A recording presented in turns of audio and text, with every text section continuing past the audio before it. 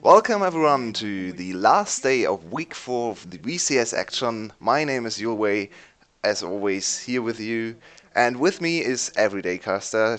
How are you today? I'm pretty good, man. I'm hyped up for potentially 2 very fun series tonight. How are you doing, man? I'm especially hyped for no technical issues. Ooh, that'd be really nice. Hopefully the brain machines have all plugged in and wired up correctly, so we can get this going nice and punctually. But it does look alright so far. Absolutely. They look a little bit disjointed there, but should be fine. FTV against QG will be our first matchup of the day. One middle of the pack team in QG and one, sadly, bottom of the pack team has not been able to win a single series so far. FTV. Maybe they are successful today. What are we looking at? Zodiac is coming in. Zodiac. Interesting. And Neven Neven! back in. Whoa, and Hero His is career's jungling. not What's over, going boy. on? Hero is jungling. Wait, whoa. Excuse And me? here I thought we were only going to have fun in the second series today. Neven's back. I can hear... Sorry, can I hear a screeching? Quinn play? By the way, he's playing against Rika, so there's some potential for him redeeming himself. Of course, he's up against Rika. So we get the competition of the 2 worst top laners of the league to decide forever who the worst top laner actually is. That's very nice to see. That's hype. Yep, they are going to be competing for the wooden spoon. I actually think this is actually memes about, Neven's dismantling at the hands of Raizo aside, as funny as they are. This is really smart, I think, by QTB. If you're going to test out your other players, this is the perfect team to do it against. Do you think so? I'm actually not sure if I agree with that, because you need this win. You're on 2 and 3. You need to win but against you've got 2 more FTV. games. You've got 2 more games. Yeah, that's true. Okay, it's a best of 3, so maybe only for the first game. That's a good point. Yeah, I mean, if they lose game 1, then yeah, you switch it out, you go back to your normal comp, and you just secure the series win. But, you win game 1, and you give Neven and Zodiac a bit of a run. I think that's actually pretty smart. Hero jungle, by the way. I don't understand reason. that. What happened there? Where's Seal? I don't know. I think Seal's been pretty good. Yeah, Zodiac is the usual support. We were a little bit confused there because of the Neven phase showing up once again. But yeah, Zodiac Jisoo was the bottom lane already. Sorry for that. I messed the names up a little bit, but it's still Neven and Hero playing in the same game. 2 top laners of the same team for some reason showing up in the same game. In terms of pick and ban strategy, we don't see the Poppy ban against FTV that paid dividends in the first series of this week. Cerberus banned out the Poppy, forced Rika on carry matchups, and that was a very good strategy. They were absolutely successful doing that. Well, this is continued VCS deciding that they know the priority. The rest of the world is simply wrong. Picking up Jarvan first pick, Mordekaiser, Kiana, both open. We've really said our piece about this. Okay, so I don't like reading into too much about hovers, but we currently have... that's a Nico lock-in. Pretty good. Can you notice anything strange about that? Anything weird going on with Champ Select right now? I mean, so far it looks very usual to VCS. On the right side of the Neven right there. Do you see Smite? Oh wow, whoa, okay, yeah, Do that's you see true. Hero with TP? Do we have a roadblock? Yeah, maybe Neven is going to this jungle. I mean, his top lane career, we thought, has ended, so maybe we're still right. And his top lane career has indeed ended after Razor spanked him. So now he's trying himself. Oh, no, he's up back to TP. Okay, never mind. Yeah, let's see what this is going to be. We have no idea who's actually playing what, but looking at where the players are slotted in, I would guess Hero is playing jungle. Why would they list him as a jungler? I don't see why you... Yeah, exactly. Why would you list him as jungle if he's not jungling? Oh, no. Oh, no. Oh, no, here we go again. Potentially on a carry. It could still be mid lane. We're not... We could still be redeemed, but it's potentially Rika on Jace, which is bad omens. Yeah, I mean he likes to play mages, so this might actually be the mid lane Jace as well, and then rounding out the top side with a mage, which would be nice in terms of compositions. I'd still like to see him on a tank because I think he performed pretty well in the one Poppy game he had, one of He the played really wins. well. Oh, no, he actually played two Poppy games, and I think both were good showings, good laning phases, and he transitioned into team fightings. One of the wins for FTV, they only won 2 games so far, was on Poppy, the other one on Karma. So overall, more successful on the supportive tanky champions on Rika's side. Absolutely. Don't let him carry. Yep, absolutely the case. Looking over at QTV, pretty standard so far. Honestly, no complaints coming out. Gragas, very strong jungler, of course. Strange to see him picked up over. Oh no, the Sejuani's banned. Never mind. I take it back. Just fine then. We may run into the greatest of VCS issues of damage profile on the top side, because we do currently have Absolutely. 2 AP. So we need potentially an AD top laner, which is not difficult to find, No. assuming Nico's going. And Irelia is still open, right? It's very Yep. confusing not seeing Irelia picked up. Neven and Rika seem to be not too comfortable picking the premier carry champion right now on the top lane. Might see Yeah, her I mean, still. No, she's I still definitely. open. That's very surprising. Yeah. I mean, I'm not too surprised that neither of these teams right now want to put a big carry in the hands of their top laners, just considering the performance for the year, like this split. Sorry, not the year, this split so far. Neither of them have been particularly lights out. I don't particularly like this Thresh pick here. That's not a contested pick. Yeah, but Why look not at the grab support. Irelia for Genza? Yeah, that's true. I mean, yeah, Irelia is still the priority pick. Maybe they still want to bait FTV on the Irelia because we saw Rika going Irelia and that didn't look great. So might just be a bait. And if Irelia is still open, they can still pick her up on 5th position as the last pick. So I'm not too unhappy with QTV's approach to the draft. Look at the support pinch though. Five Yeah, this is supports, a lot of. 6 supports even banned out. Mhm. I mean, if this was Dashing Buffalo, we could almost say 7. Silas is banned as well. Very true. Yeah, this massive support pinch. I wasn't really thinking about the bans when I made that comment. With the amount of support ban, I sort of don't mind the Thresh pick because with all of these bans, Thresh is looking pretty good. Yeah. And I think your point still was absolutely valid. Probably if you look at tier lists, the Irelia is still the better pick. But they didn't have to pick the Irelia, and they wanted to bait FTV into picking the Irelia. Now we have to see if Neven is indeed comfortable playing the Irelia, or if they want to give him the Nico and slot Irelia into the mid lane. There she is. That was very obvious. Yep. I would prefer Neven on the Nico, Yeah. but I'm not convinced that Neven's going top. No, and he swapped back to jungle to Smite, so he might be jungling, which means hero into Erika, which looking at heroes and Rika's performance is probably a very good Yep, match. Rika's about to look a bit like a freaker. And I know that joke doesn't work because there's a team called a freaker. I meant a freak. Yeah. It's alright. We're just warming up, boys. We're starting out well today on the jokes. But anyway, this is weird. I'm not Warming sure up like your water. why. Yeah, check my Twitter out for some good bands at Everyday Caster. But anyway, self promotion aside, I'm not sure why.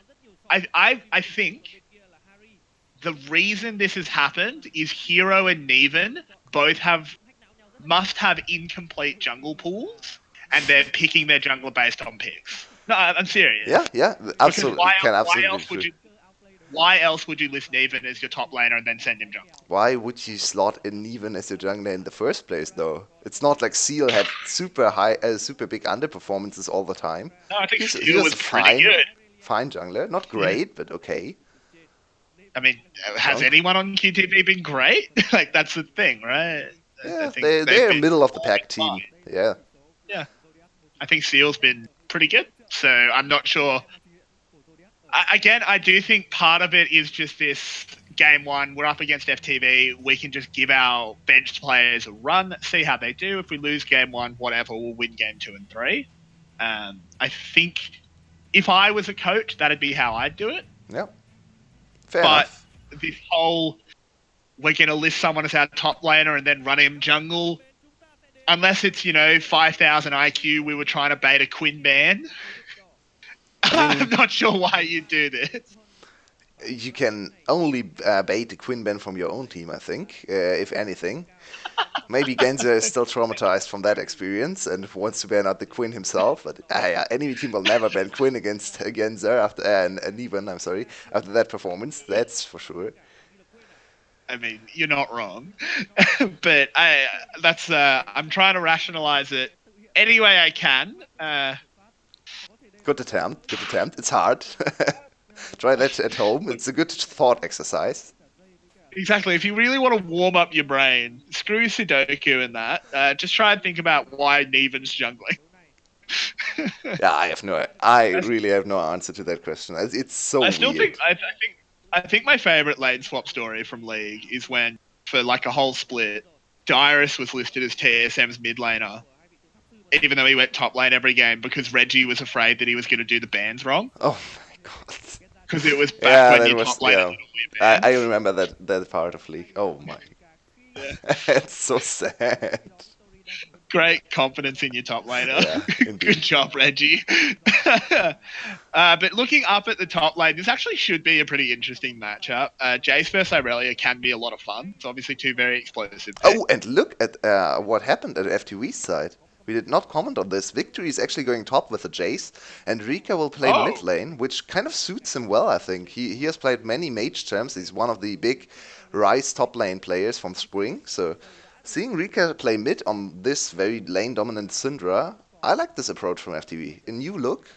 Let's see how it goes.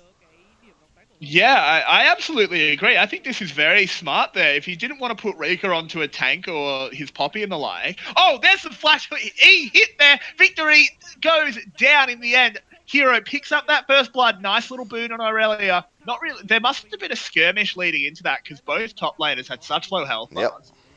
But good pathing there Super good by the pathing. big man Neven. Yeah, first look from Leaf and first thing we see from him on camera on the jungle. Super clean E flash into first blood. So nicely done. He has practiced his Gragas mechanics, and this already looks super good for QG in the early game. Absolutely, and it is going to be vertical jungling out of the two junglers, shockingly enough, with Kuroko clearing out that bot side and Neven taking the top side, where obviously he has priority. And going back to the point where you were making just before that, play did break out. I completely agree. I didn't notice either, but this is really smart from FTV, I think. Rika has just been, he's been so weak on the carry tops, but at the same time, the meta is so favorable towards the carry tops, like your Aatrox, your Irelia, your Camille, that sort of thing. And it can be a real problem in champ select if you don't want to play them. You either have to invest so many bans or you just give S tier picks away. That I think this is really clever. And look at this, he's winning lane. Yeah, he's playing Syndra. Syndra, one of the easiest champs to play to win lane with in the mid lane. And yeah, why not give your struggling player a very comfortable, very not super easy to play, but relatively one-dimensional champion to play. I'd say there's still things you can do well and badly with Syndra, but she's very Yeah. straightforward. And that's exactly what Yeah, I mean, I'd like to see for Rika. If you want him on a carry champ, yeah, give him something easy to execute, straightforward. yep. He can very easily just get to the point where he goes into stat check mode, where it's just, do I have enough damage to kill you? If yes, well, I kill you. If no, oh well, whatever. I'll get another item and then try again. Absolutely. That's Syndra for you. It's not particularly difficult. Ooh, Zodiac very far forward here. We've actually got a rumble here in the bot lane. Neven rushing forward that Predator does a fair bit of damage onto B, but they do choose to pull back after the Ignite and the heal is used. 2 for 1 on the Summoner spells there. Not a bad trade. Interesting that they would disengage this. I think that was a little bit, it was hinging on the minion position as well, because there was a really big minion wave assisting with damage in favor of FTV. So QG smartly call off the play. I think if the minion waves were even in that situation, they would have probably engaged. Yep.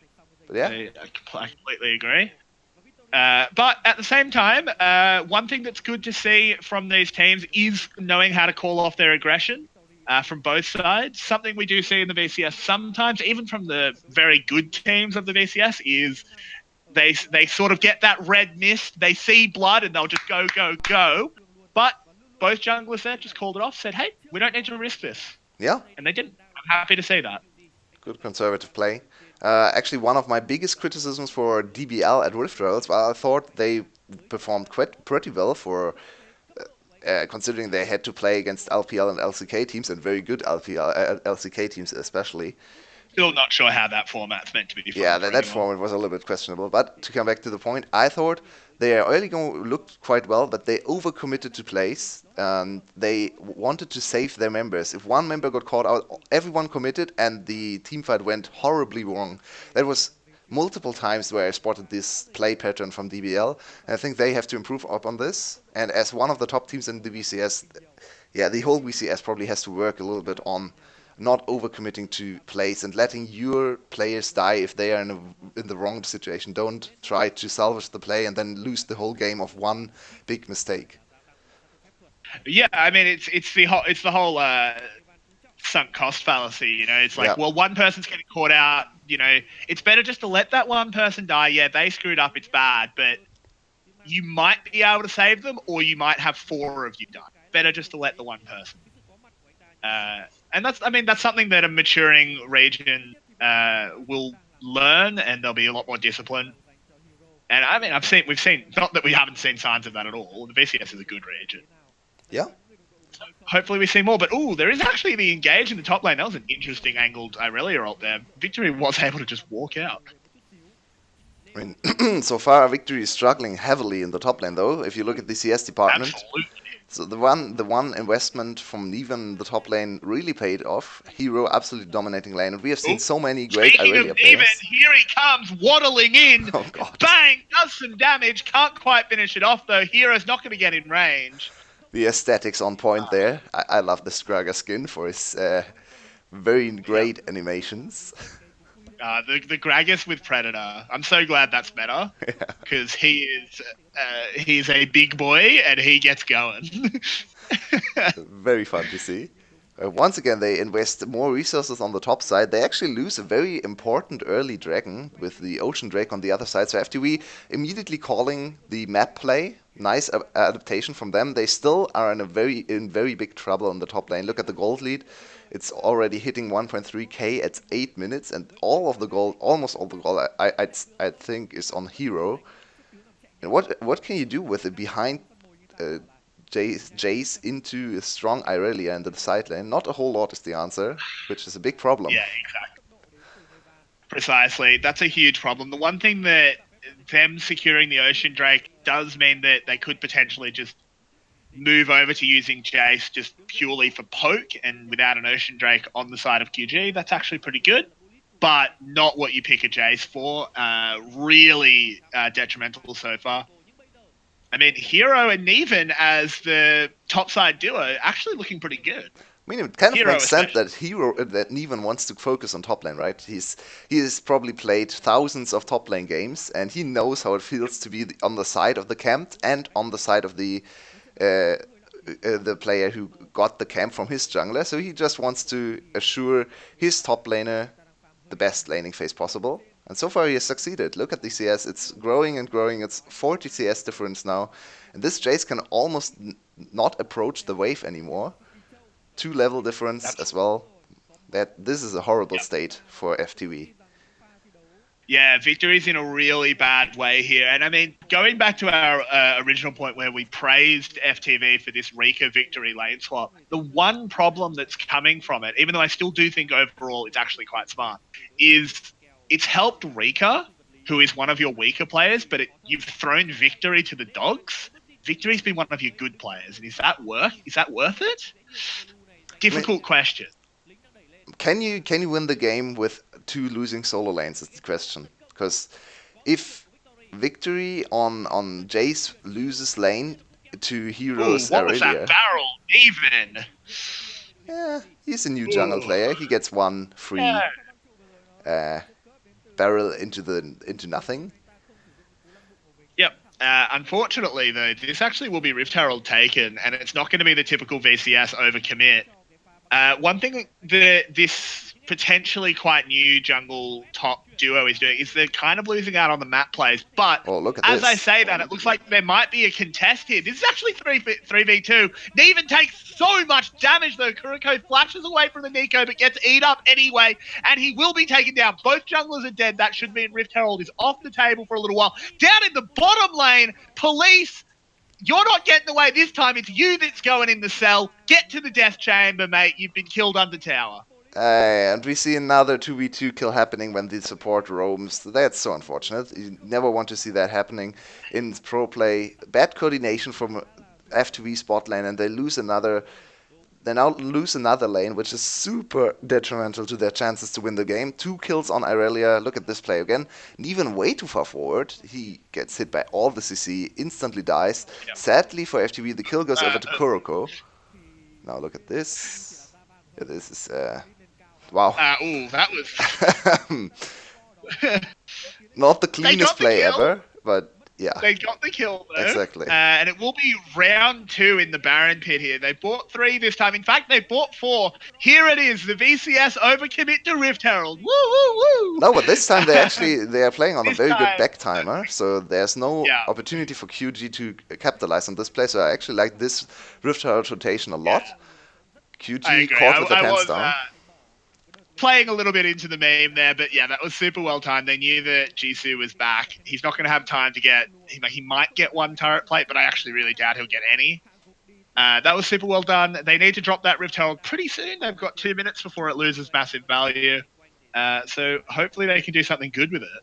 Yeah, and they should probably When- drop it in the when- mid lane because they have a mid lane advantage there. So most probable lane to get at least 2 turret platings off. Because if you drop it on the Yep. top lane, the Rift Herald will actually never reach the turret even. So there's 100%. only mid and bot lane available, and bot lane is a little bit of a bad position as well. So I'd like to see them drop it in the mid lane, try to get 2 platings off the mid lane turret. Maybe Completely they could agreed. even try to race for first turret in the mid lane because there's already 1 turret plating secured for them there. Yeah, I mean, I'm not even sure how much of a race it would be. QG not really set up to take anywhere else unless Neven gets up to the top lane quite soon. Because despite the lead, which is, for the record, absolutely massive for Hero over Victory, don't think he can really safely go under tower or anything like that yet. This will be a Cloud Direct secured for QG, which is quite nice. But Not it's- as good as that Ocean. It's not actually too far off from him being able to solo turret dive. Because look at the XP advantage and his items. He has secured a little bit of armor, so the turret will not immediately kill him. If he gets the Trinity Force stun, I think he's actually in a spot where he can 1-1 turret dive Victory. And Victory can't really do a whole lot with his items, with his power right now. He has an aggressive item secured for himself. He really needs those ninja tabai to at least be a little bit more sturdy. Yeah, he absolutely does. And I'd actually like to see Neven put a little bit more pressure up on the top lane. Really snowball this Irelia, who's already, as we can see there, 2.1k gold ahead. Pretty much the entire gold lead is in the top lane. Yeah. Only 1k is elsewhere, which is huge. Obviously, it's basically the top lane and bottom lane has the entire gold lead here for QG. But I'd like to see Neven put a little bit more pressure, try and force this tower. Also, unless I'm mistaken, I don't think Rift Herald hasn't been dropped, and it's 14 minutes. Yeah, that's unfortunate for FTV. That's not what you want to see. So that makes that Yeah, Rift Herald. what did you make the rotation for Rift Herald for? That's really confusing. I think What's the point? that's a really big mistake for FTV's side. They lose a lot of gold, and they are already in a very bad position in terms of gold. Ooh, here comes Neven. Predator is popped. Oh, so close to interrupting that summon. But Straight on a ward, actually. Super interesting that QG was aware of this Rift Herald spawn potential and placed the ward straight into the lane. They spot the Rift Herald, but are not fast trying to enough. use the fancy feet. One more hit will get him stunned up. He is stunned up. There's so Yeah, many he's dead. feathers behind him. Down he goes. Nicely done. Or Zodiac as well. Could be found here. Gets the flash. Kuriko comes over the wall. We should actually... Never mind. Not going to be the counter engage here. Oh, victory up. And I can't stop here. The ult hits. You can go under tower here, champ. Yeah, absolutely. Hero, he doesn't have his flash available. He didn't want to overcommit without his flash. I think with a flash available, he would definitely have gone for the solo kill, especially with a level 11 to level 10 there. Still a big XP advantage. But now flash force from victory, so that's another really bad thing for FTV, is a hero can now freely chase with the flash and should have the Trinity Force available to himself as well once he goes back. Yeah, Yep. that's only 330. Oh wow, the first turret dropping for FTV. A little bit of a bad map read from QG coming in. They had to reset support and ADC, and were not able to reinforce mid lane to not lose the first turret. So in the end, FTV actually getting out with a little bit of a gold advantage. That being said, I think there was no local gold collected for this first turret, which is super unlucky for FTV. That it is. Ooh, Rika manages to get away from that E. Genza making a little bit of a mistake there. If that E hits, Rika dies 100% of the time. Yeah, and you should absolutely be able to hit that E on pro play on zero ping, because you slow the enemy before with your Hextech GLP, and you have slowing auto attacks, and then you still miss the E. That's a little bit of a question mark there. It absolutely is, especially since he committed the ult as well. It does mean that he won't be able to go for a similar play quite some time. Well, a little while at least. He's already half of the cooldown. Nico is. She gets quite a lot of access to that ult. Strong ability. By the way, what do you think of Victory's itemization here in this? Oh, well. I don't like it at all. Where are the tabi? Yeah, I think I'm not. he's way too single-minded about his item build. It's good to think, okay, I'm Jace, I need to do damage in the especially in the mid-game rotations.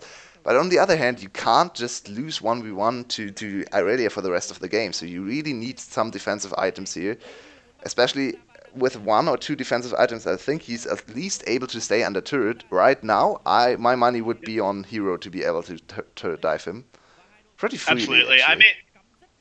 I mean, I don't think you can go. There's no defensive Jace build. Like, there's no build I would Yeah, call that's on true. viably go on Jace's defensive. But you can pick up a Ninja Tabi before you buy another longsword and finish your Yomu. It's like you really need just that little bit of armor, that little bit of auto attack reduction. It matters, and I'm sort of disappointed that he is doing a bit of paint by numbers Jace without paying attention to the game state. Yeah. And it's a little bit disappointing too that QG is not trying to get a little bit of a bigger advantage with their top lane lead, because where's Hero actually going? Hero is just catching waves right now. You should really try to isolate the top lane matchup, get as much as you can from the top lane as long as Hero is still super far ahead. Because even though the gold lead will probably not shrink, there's still the percentage gold lead that will kind of get less and less relevant. Victory. Victory just taking tower shots. Not sure how I feel about that one. Ocean Drake now picked up here for QG. That's a nice one to have in their back pocket. I don't know if I'd call Cloud Drake a defensive Drake, but two utility Drakes. Hero does get caught in the rage cage here, but it doesn't matter though. He dashes out, actually gets CC'd up. He might be in a lot of trouble here. Down he goes. 600 gold over. That was really badly played by Hero. It's actually 2 kills picked up by FTV, including a 600 gold shutdown, and we're back within 500 gold. Yeah, there was a really big overcommitment on the turret. Once again, totally unnecessary. They tried to go for the burst on Rika. Rika utilizing his stopwatch to delay the play, and then, yeah, there were, I think, 4 or 5 turret shots stacked on Hero. So he pretty much went down to the turret alone. There was not really a whole lot FTV had to do, only hold them in place. With the J4 ultimate, so yeah, very easy play for them. Look at this again. Focus your eyes on Hero. He tries to go on Rika. Rika, wow, the stun was super crucial on Hero. Hero had the opportunity to kill Rika before he could press his stopwatch, but got stunned by Rika after Rika ulted and then E'd, so a lot of AoE stuns coming out of the Syndra. That was a huge actually saved his life. I still don't like the play. Even if you trade 1-for-1 there, you're giving up the big shutdown on Hero. You're giving up his flash, which he really needs for the solo kill potential. Now Victory soon on a flash advantage in the top lane. Yeah, bad call from QG and a little bit of miscommunication, maybe with Neven coming in, maybe looking for too aggressive plays on the Gragas. Saw his opportunity there, went for the dunk. Potentially. Oop. My stream's frozen? It's not the main stream. Oh, great. Ugh. Look at bot lane. They tried to catch Hero again. I really like the setup from FTV because they actually call off the play. Okay, then probably. What? Sorry. What time are you at? Because my stream froze. I'll stop at 2040. Oh, okay. We're fine then. We're fine. Oh, okay. I'm actually a few seconds ahead of you. Oh. I'm going to stop at 21. At 2050. 2050. Oh, I'm ahead now. Sorry for the problems here. I'll stop at Sorry, guys. 21 minutes. Yep. 57, 58, 59, 21. Okay. We should be back in sync. And there's a play happening on Rika once again. Rika goes down. Neven actually hitting a really nice barrel there. And up in the top lane, Kuriko does force out the flash of Genza as well. So we come back in from our tech issues, thick and fast. Down in the bot lane, Hero versus Victory. I don't think you want this one, Victory. Oh, really? Look at the boots Victory secured for himself. What are you actually doing, Victory? What are those boots supposed to do? I think he thinks he's going to be up against Genza most of the time. Bad call. Really not the greatest boot choice there. Neven once again went for the burst play and got caught by Rika. Good reaction from Rika to be mentally present and utilize his burst to get one counter kill. So in the end, it's a 1-for-1. And another fight erupts. Will we see more kills? Nope. Doesn't look that way. Yep, Jarvan just slides his way out of there. He's okay. And if you look at the rest of the game, which team is actually profiting more from this state right now? It's pretty even. A little bit of a gold lead for QG still. And a lot of poke damage, as you can see. I think the game slowing down benefits FTV purely because it lets them minimize the lead that Hero has. And the longer this goes on, the less him being as ahead as he is matters. Yep. Especially as we have seen, he's not really able to play through sidelines effectively. So far, the last 10 minutes have actually not been too impressive from QG. No real good sideline plays. That's another E missed here from Genza. And that actually completely diffuses the play. Well done by Victory to escape there. Got to see these Nico E's hit. Yeah, and how did the ult not hit? That was super confusing to me. I think he got the Jace E in Hammer. Okay. I think I did see it, but the animation for me looked like he was absolutely in that ult. I was super confused the ult didn't hit. In the end, Victory gets away. That he does, and the FTV has rotated up to the top side here. Should be able to get some vision control around Baron. Unfortunately, someone hit it, which was a mistake. But it's not going to matter. They do have a nice control ward. Yeah, I wanted to touch on the state of the game once again, because I think there's actually a super big advantage for FTV in terms of team fighting. If you look at the ADC itemization, Jesus itemization is a little bit of a head scratcher. We've seen many Lucians transition over to full crit build, and he actually went Blade into then building crit, so he's looking at the 3-4 item power spike in terms of late game Lucian builds, while Police is already sitting on 50% crit on the two biggest crit items. So Police right now much stronger if you just compare the auto attack traits, which means FTV should have a little bit of an advantage. Kuroko's going in here, gets a pops the ult and the stopwatch to buy time, gets a nice little shield as the Infernal Drake is picked up here for QG. It's one kill for an Infernal Drake. The big question here is, can FTV turn this into anything else while they've got more men on the map? Oh no, Victory. Yeah, Victory, why are you there? Don't.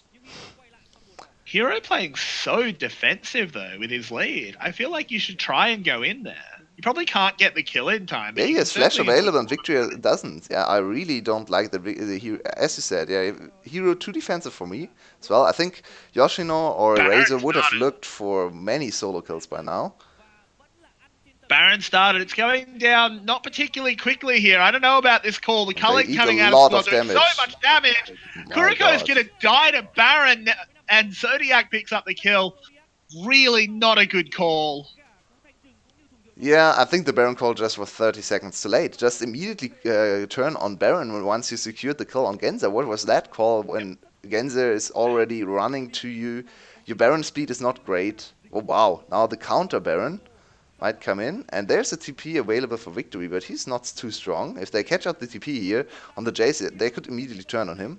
He's in the backside of the pit, places one control board. Absolutely, but he does a fair bit of damage there on that front line. Really well done. Genza hitting a nice ult as well. B with a good stopwatch there, sort of diffusing some of that Irelia damage, but it doesn't matter. Down goes Police. Down goes B. This is now a 5v3. FTV in some trouble. This could very easily be a Baron picked up here for QG. Yeah, in the end, the play from FTV is actually successful, even though they lose 2 kills. Well, hold that thought. If Rika goes down, I think this is the Baron. What is Rika doing there? What is I'm Hero really doing not sure. here? If they can trade it for Hero, that's actually worth it. Rika is going to go down, but he really wasted a lot of time in how long it took him to die. They pick up Hero as well. That individual play was a 1-for-1. Obviously, it was a 3-for-1 overall. But lessening that Irelia lead is good. Yeah, and I really don't understand what Hero is doing here with his map allocation and his lane. Choosing which lane he wants to go in has not been executed on greatly in terms of team and his individual play as well. Look at This is Police in just the this fight. fight. Yeah, Can't do Police anything. cannot do much. No. I think he auto-attacked once. Yeah, he gets caught by Neven. Very, very nice awareness from Neven there. Staying to the side so he doesn't get feather called, stunned up, and then immediately re-engaging on Police there. Police had his flash available, so could have potentially seen the E coming and flashed away. To be fair to him, he couldn't solo win the team fight there anyway, so preserving the flash for the next fight. A little bit of a double lift play, but maybe it pays off for him this time around. Yeah, we have to see. Saving it for the next play is valid. Let's see if he does a real double lift and saves it for next game. Oh. That would be unfortunate. Hey, I'm a TSM fan, and I'm flaming double lift when he was on TSM, so I'm allowed. But it will be interesting to see going forward how this works out. I mean, looking at the game state once again, there's still a super big advantage for QG. They secured the better dragons, more dragons. It's 28 minutes. Their composition slowly is coming online again with Lucian picking up the... Oh no, please no. Jisoo, you need to go IE here. Don't go for the Guardian Angel. If he goes Guardian Angel, they might actually lose the team fights if Police has a good game. Yep, it really depends how much peel there can be onto Police. There's so much dive threat at the moment from Hero, who is still very far ahead that we cannot underestimate. He's only 2-2-2 and he's made a few mistakes, but he is ridiculously far ahead. Yeah, and if you just caught a glimpse of what he was able to do to Victory in one rotation, I think he can still tower dive him. I'm super surprised Hero hasn't even tried to kill him there. Maybe it's once again the flash disadvantage, because now Victory is sitting on his flash and Hero doesn't have his flash available, but at least try to force out the enemy flash. There was no one close enough to contest. I guess they don't have the best vision control to spot enemy players rotating, but... Speaking of vision control, Baron is dying. Can't see how fast. It's actually not too quick at all. There's only 3 of them hitting it at the moment. Yeah, but FTV has no time to get in here. Oh, that was a super crucial Nico W. Might actually secure them the Baron. Is actually pretty close. He doesn't go for it, though. The Baron is secured. The barrel comes in. But 1 kill is now picked up. Make that 2. Hero goes down. Neven should be able to get over this wall. Oh, he doesn't even need to. He just presses B. Never mind. So Baron is secured there for QG, but they lose 2 kills on the backside. And importantly, Hero goes down. And I hope we get to see what Genza did in that fight, because that was super important. Genza disguised as Neven and sent a clone to Kuroko. Kuroko actually thought the clone was the real Neven and backed off. That bought them 2 or 3 seconds of Baron time, which actually led to them being able to secure the Baron buff. Super crucial and very cute Nico play there. We don't actually see the passive utilized too often, these kinds of deceiving plays. Very nicely done by Genza there. Hope we get to see a replay. That's the main. I think the main benefit of the Nico passive is fooling casters, but Absolutely. glad to Oh see it man, actually it's getting very great at some. that. It's super great at Yeah, that. but I actually didn't spot that play. I'd love to see a replay because that's actually really sick. Utilizing everything in in that champion's power budget, even the more ignored stuff. It's good to see. Yep. And we actually see Jisoo finishing off the IE. I'm super happy to see this ADC going for the right Yep. item choice. We've seen way too many utility items built in crucial situations on ADCs and VCS, especially Big Koro, a big offender, threw away one whole game with not refusing to build more damage. But this Lucian will Smashing now it. be almost on par with the police damage, which is super good for his team. Yeah, absolutely. And again, I think he actually may end up dishing out more damage purely because he's going to be a lot safer in fights due to the lead his team has. Like, how do you focus Jisoo in a fight if you're FTV? You just can't. You have to kill Hero first. He's just too fat. Yeah, they don't really have any good divers to follow up on the Javan engage, and this is the tank Javan, so Jisoo can now just focus on the Javan. Javan will not be able to kill him solely.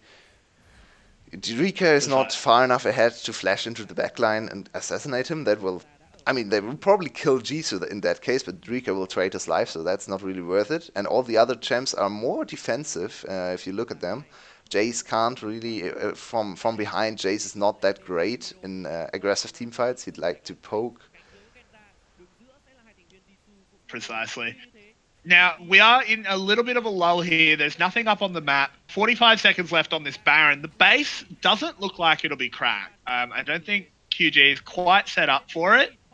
And overall, if you're FTV, I think the fact that you held your base is almost enough Yeah, they can here. still hope for Keep them police to home. pop off in the later stages.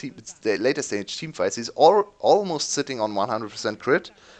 And I mean, looking at Hero's play so far, there's absolutely the capability for Hero to mess up the one of the team fights and Police to insta burst him down with his 100% crit.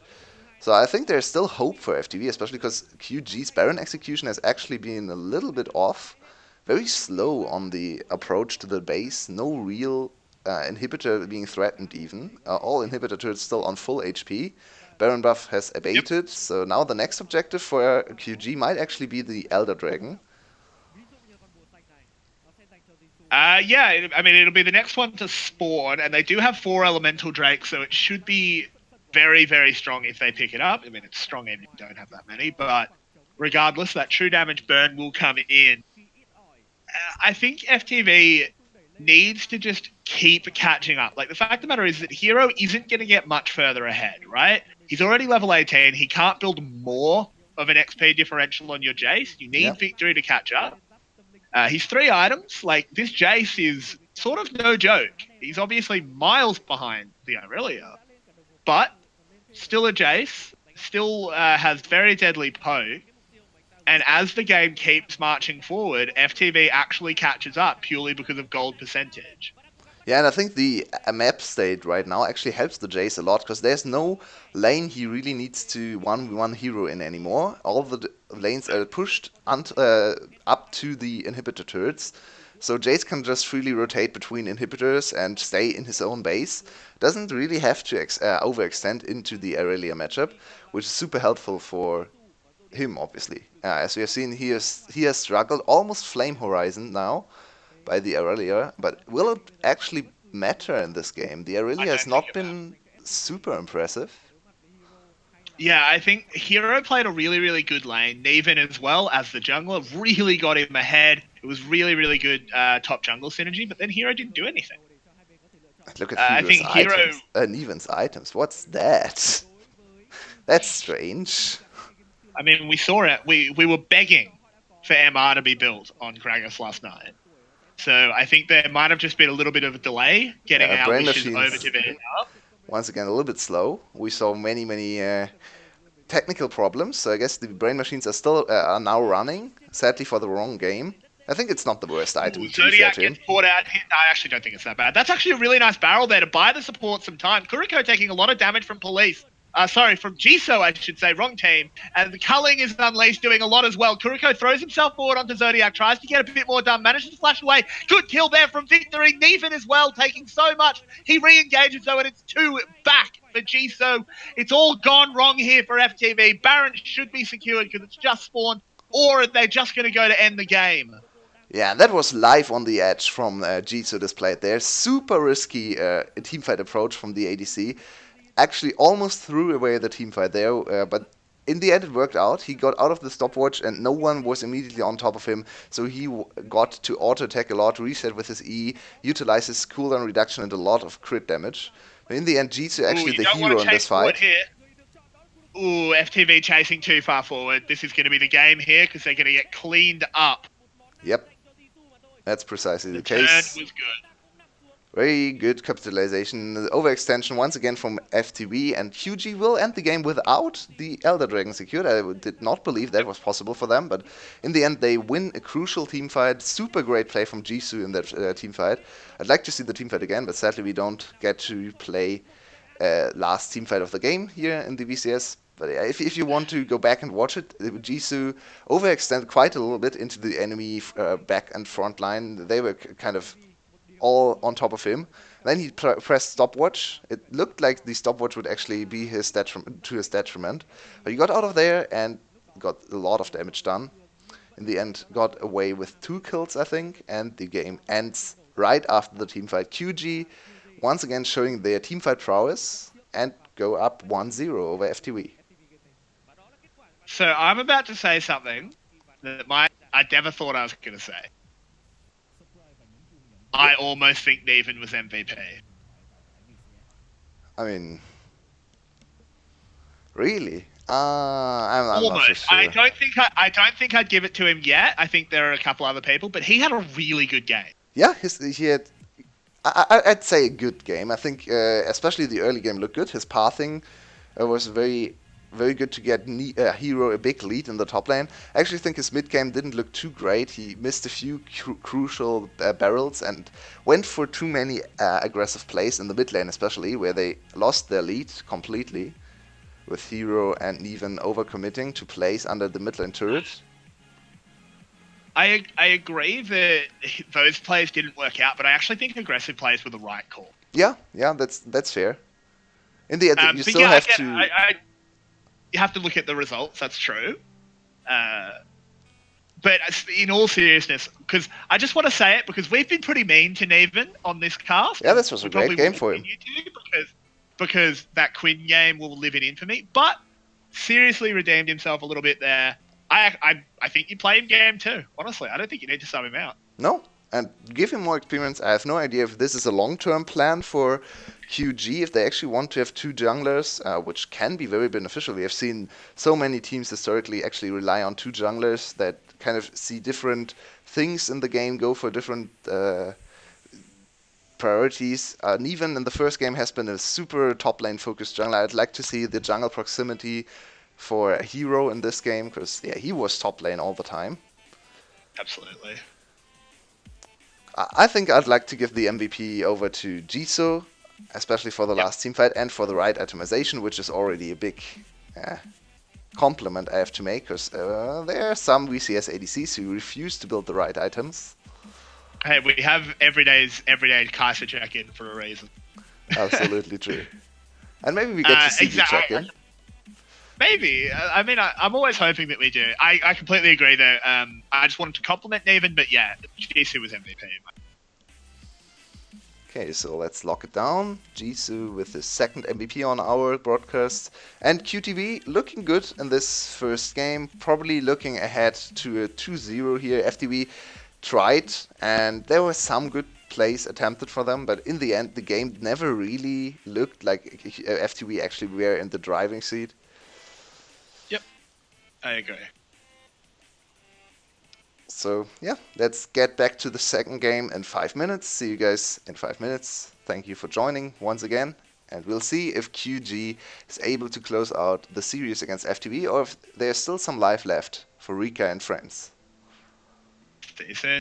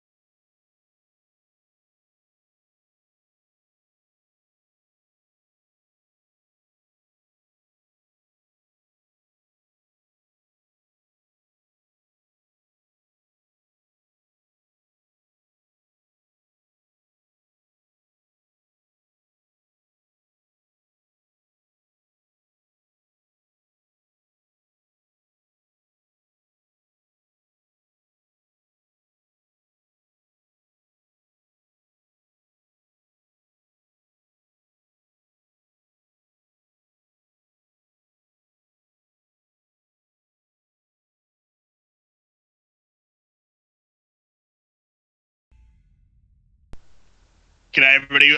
Welcome back now for Game 2 of QG versus QTV. Game 1 was certainly interesting on many, many fronts, especially lineups here today. What do you think going into Game 2, Yulwei? I think the most interesting thing is will Neven get another jungle game? Yeah, I mean, that's a very interesting question. Uh, I can't quite tell if he's on the stage at the moment, but considering his performance last game, I think it's totally fair to give him another run. Also, Jisoo picking up that MVP. We agree with the desk. Yeah, this game I think was pretty obvious. I liked the shout out you gave to Neven, but in the end, his mid game didn't hold up to his early game pathing. So in the end, Jisoo, the more crucial player for the victory, especially in the last team fight, as I alluded to in the cast in the last game. So Neven still with a great performance, and we've seen Seal struggling a few times. He was one of the two players involved in the infamous Baron contest with Gragas and Dry's ult. That was a play that happened. That was a play that happened. Hopefully, we don't see plays quite of that caliber again. And this is Don't think Neven, it. so he's back in, or still Yep, in. yep, which is good to see. I think he deserves it, especially since they won the game. Like this game is like you may as well, right? Like why not? Yeah, I think so too. Why not Just play? Why not play the bench players? play him as long Considering as you're they up don't against lose, right? Because if you lose this game now against FTV, you will probably want to field your main lineup to actually secure the victory. Because falling down to FTV is super detrimental to your playoff chances.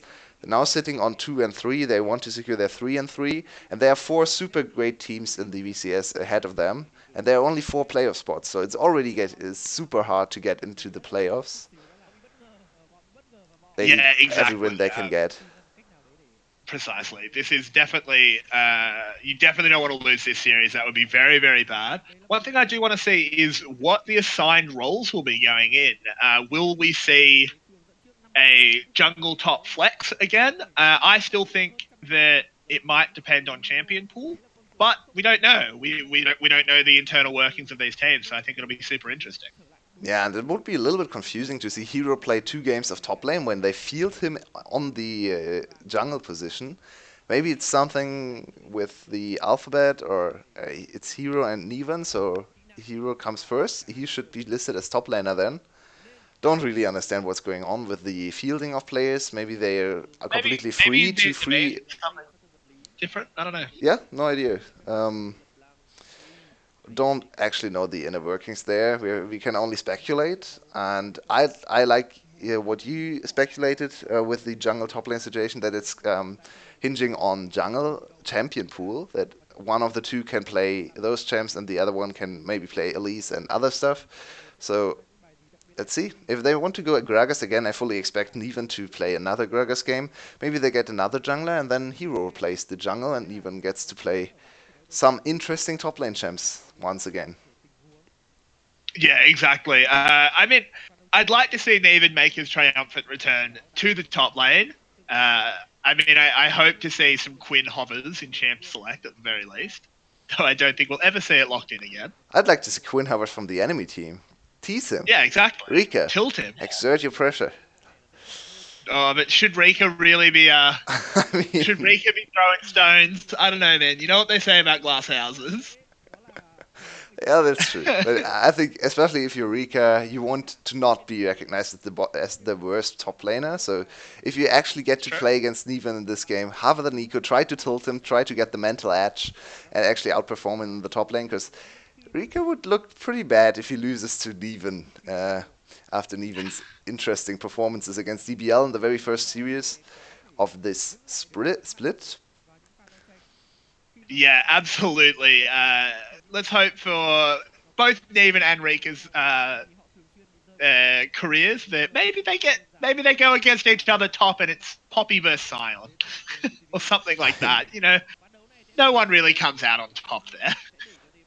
Yeah, maybe it's just a top lane farm fest for tanks, and we get to see other players shine. Or maybe you can shine on tanks as well, obviously. You can look for Yeah, great engages, great flanks, early game bot lane plays, and stuff like that. So there's still a great opportunity. I'd like to see Rika back on his Poppy. Um, I Yeah, liked I the lane believe. swap. We talked about the lane swap in the last game. I still think it was the right call, but Victory needs to be protected in the top lane and not abused by the traditional top laner. Yeah, I completely agree with that. Obviously, in the end, Victory getting bullied out. I think, if anything, would have just been worse if it was Rika on Jace. Ooh, Yeah, Police is out. well, that's interesting. And they sub in the sub jungler. VCS is wild. If you have never watched VCS It, before, this is actually happening a lot. Random substitutions in wrong positions coming in. And we have absolutely no idea if Mirkon is supposed to play ADC champions or if he's jungling and Kuroko goes down to the bot lane.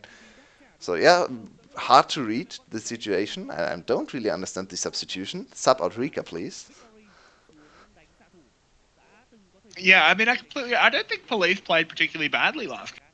He didn't have a huge impact, but he never had a chance. Yeah, What are you meant to do when there's a Irelia that fed? I mean, yeah, his team fighting didn't look too clean. He got caught a few times in the team fights and overextended there, but it's not a super appalling performance, not like super below the average of ECS ADCs. So don't really understand the substitution. Indicates to me that they want to mix up the draft a little bit, and we might see something like the Heimerdinger, the Nico bot lane, which Gum has been running with great success on Hugh. Yeah, I mean, I think we may well see a bit of a different bot lane. We're gonna have to see where the players actually sort of fit in. Hopefully, we get going soon. I'm very much hoping there's no tech issues. Yeah, I think That would it's be. probably just a delay because of the substitution. They need to set up everything for him so everything is working.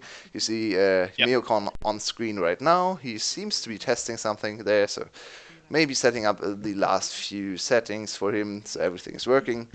And Meocon has only played a single game this split so far. Was subbed in for the game 3 clinch. I'm not quite sure against which team it was. Maybe EVOS. Pretty early on in the split. Did not win the game, Yeah. obviously, because they are No. still sitting on 0 wins. So Kuroko getting both of the official MVPs as well. Don't so they don't swap out Kuroko. They still want to play Meocon. Very curious choice. Yeah, you can say that again. I think it is an interesting choice. I do wonder what brought it on. If it's just they want to change something up, because I mean, why not? What do you have to lose? Fair point. Yeah. I'd actually like to see a little bit of a switch up in drafting phase. Try to surprise the enemy team. Try to get a one-off draft that gives you the one game, and then try to return maybe to something you have practiced more. Hope for the best. We have seen FTV actually win clean games against better teams. They've taken games of Loki and EVOS. It looked quite good while doing that. So I Yeah. think game two, try to throw a curveball and then return to normalcy in game three and just try to win with your normal compositions that you have practiced. That could be an avenue to victory for FTV in this series. Yeah, absolutely. I completely agree. I think the thing with FTV here is that, as I said before, they have very little to lose. Like you're 0-5, you're getting absolutely obliterated this split. You may as well try. You just may as well get a bucket of strats, throw them at the wall, and see what sticks. Yeah, Uh, absolutely agree. Especially because they were a bottom tier team last split as well. They were able to fight themselves back into VCS through promotion. This league still has a promotion series, so it's actually very hard on bottom tier teams. QG, the other team that came through promotion and won against FTV in one of the promoting series, so they know each other. But yeah, in the end, this game it's important for FTV, but their playoff hopes are already kind of gone with a 0-5 start. Next week will be the conclusion, I should say, of the first round robin. And if you go 0-7 in the first round robin, what are you actually playing for at that point? They really need some yeah, new spark to ignite them again to get their hopes up. Yeah, I completely agree. If you go 0-7 in the first round robin, that's a serious morale break. Um, because at that point you've lost against every team. You're pretty much never ever making playoffs. It'd be No, it's absurd. super hard to make Uh, playoffs in the VCS actually, and you probably yeah, need 8 wins. 8 wins is most of the time is the breaking point, and with the 0-7 you can't get to 8 wins anymore because you're only playing 14 series. So this is a super important series for FTV if they actually are still hoping to get to playoffs. I don't really believe they think they can get there. Their yep, goal for the VCS season probably is something like sixth, so they don't have to play promotion again. Even that looks a little bit far away right now. They need to beat QG if they want to contest for sixth again. But now we are entering Champion Select. yep. And we do have Neven once again listed as a top laner, Hero listed in the jungle. We're gonna have to see if they play to those roles. Definitely no guarantee on that one. Do Yeah. you think anything drastic needs to change in the bans? No, I think Maybe both ban the drafts. Irelia? Irelia, I think Irelia actually was much less of a problem than she should have been. Hero's execution on Irelia did not impress me after we touted him as one of the best top laners in the first 2 weeks. I think overall his third week performance has been lacking a little bit, especially in comparison to the actual best top laners in the league. So yeah, I would not take out the Irelia here. I think it's not too important in this draft, especially if you're not able to play through side lanes. Just go for teamfight drafts in the top lane. Yeah, I mean, interestingly enough, they have actually banned out the Jace. Yeah, So they Jace don't want to bans repeat against that. FTV are super confusing to me because you would actually like them to play Jace and give you free Yep, lanes and free scaling advantages. you think Opening up so? the Bang, Nico lock in straight off the bat. Genza can have another run at that one, which is not too surprising. Answered back with a Lux, which we didn't see in the first series. Glad to see that people are playing one of the most broken supports in the game. wasn't she banned? I think she was Yeah, she was banned, banned. right? Yeah. Yep, she was banned. She was banned. Yeah, we just didn't see her played. And Gragas is picked here by FTV, so we're gonna have to see QGB play a different jungler. Does that mean that Neven doesn't jungle anymore? We'll have to find out. Yeah, I like this approach from FTV. Gragas is maybe not the strongest jungler in terms of power level, but it's still picking away the jungler. The substitution jungler coming in has played, so forcing him on another pick. And the other pick seems to be Silas in this case. Yeah, I certainly hope that's going into the jungle. Obviously, Silas at the moment is an incredibly strong jungler, and Jisoo will get another run at his Lucian, and he had a great first game. So that hello, Yeah, right? I that's guess a Yasuo. change. That's a super cool change to see, especially from FTV side. I like this. Go full early game. Go for the mid lane 2v2. Play around Victory. Victory and Kuroko, the best players on FTV's roster, and I'm now pretty much sure that Mayocon will play some defensive mage in the bot lane, and they will focus on top side, especially around mid lane with this draft. This looks very reminiscent of something Gum would like to do, especially with Slay on Lux most of the time as well. So Yep. trying to copy the probably right now best team in the VCS. Still a question mark behind that statement, but very probable. In the next week or so, will determine that. I think Gum's probably the scariest at the moment, but we'll have to see how that turns out. I mean, Yukon he could play a defensive mage. I mean, Ezreal is also a pick. Yeah, good call, Um, good call. I'd like the that Ystrel here. I wouldn't mind, but the VCS has a super low priority on Ezreal. He basically doesn't exist. So we're gonna have to see where they go with this. Banning out from FTB double support, it makes sense. Take away some strong supports You know from the what I team that hasn't picked also one. would like in the bot lane position? I have no idea if Vietnamese players have actually caught on this trend. Oh wow, that's bot lane. That's going bot. That one. Yeah, I love Okay. this pick as well, but I wanted to touch on one more champ that we've actually seen in the LEC a lot in the bot lane. Comet Trinity Ash. Yep, that is a thing that is actually real. Yeah, and that's exactly the position FTV is looking for. I don't think they'll play at this game, but this is pretty much a mage champ right now. It's wow, this will be an aggressive bot lane trying to counter the defensive approach with two mages. You will get pushed in if you pick Pike in this. Wow, this is super dangerous draft from QTV. That you absolutely will. Okay. And it looks like they might go for Braum instead, which is not a bad pick there. One thing I do want to comment on as Detective Everyday, Myokon's got spine. Yeah. Kuriko doesn't. Very good. Oh, there was a Mordekaiser Hammer. Yeah, that's a champion, by the way. Give Rika Yeah, Mordekaiser. Mordekaiser, by the way, not disabled in Vietnam. They Yeah. just don't like Press that playing lock it in for button. some reason. Hit the lock in button. Make me an FTV fan. Oh, okay, Okay, that's then good as go to well. That's good as Poppy. well. All right. I actually think Mordekaiser would fit Rika's playstyle super great. He can. Mordekaiser is super easy to play, good laning phase. I think Mordekaiser Maybe. would fit Rika actually. Yeah, I think so. But I mean, we know his Poppy fits him. He actually looks pretty good on Poppy. So I'm not too cut to see that being the choice. And it does look like Myokon will be going to the jungle, Yeah. and Kuriko will be playing that Vel'Koz in the bot lane.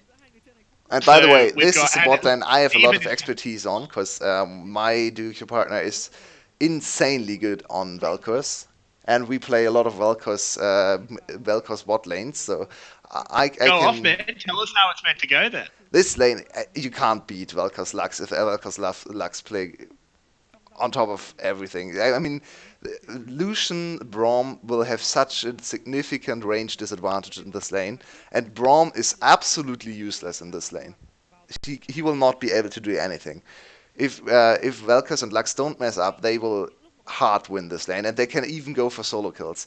Level 6 on those two champs is insane. If Lux hits one binding, you can follow up with E from Vel'Koz, get an insta stack and insta research on Vel'Koz there, a free CC, and then go with true damage through the Braum shield. Braum can't do anything against him. So this is a super Yeah. dangerous lane, and the only thing you can really do against it is try to gank it, but even that is actually super risky. You can 2v3 in this lane. If you play it correctly, if Lux hits the binding on the jungler, just turn on him. You have a range advantage, kill him. Yeah, absolutely. It makes total sense to me. I actually quite like this pick. I think picking out the bully overall is really good. Yeah, and it's Aftershock Lux. That makes me super happy, because Aftershock Lux is the way to go. Please never go for anything else.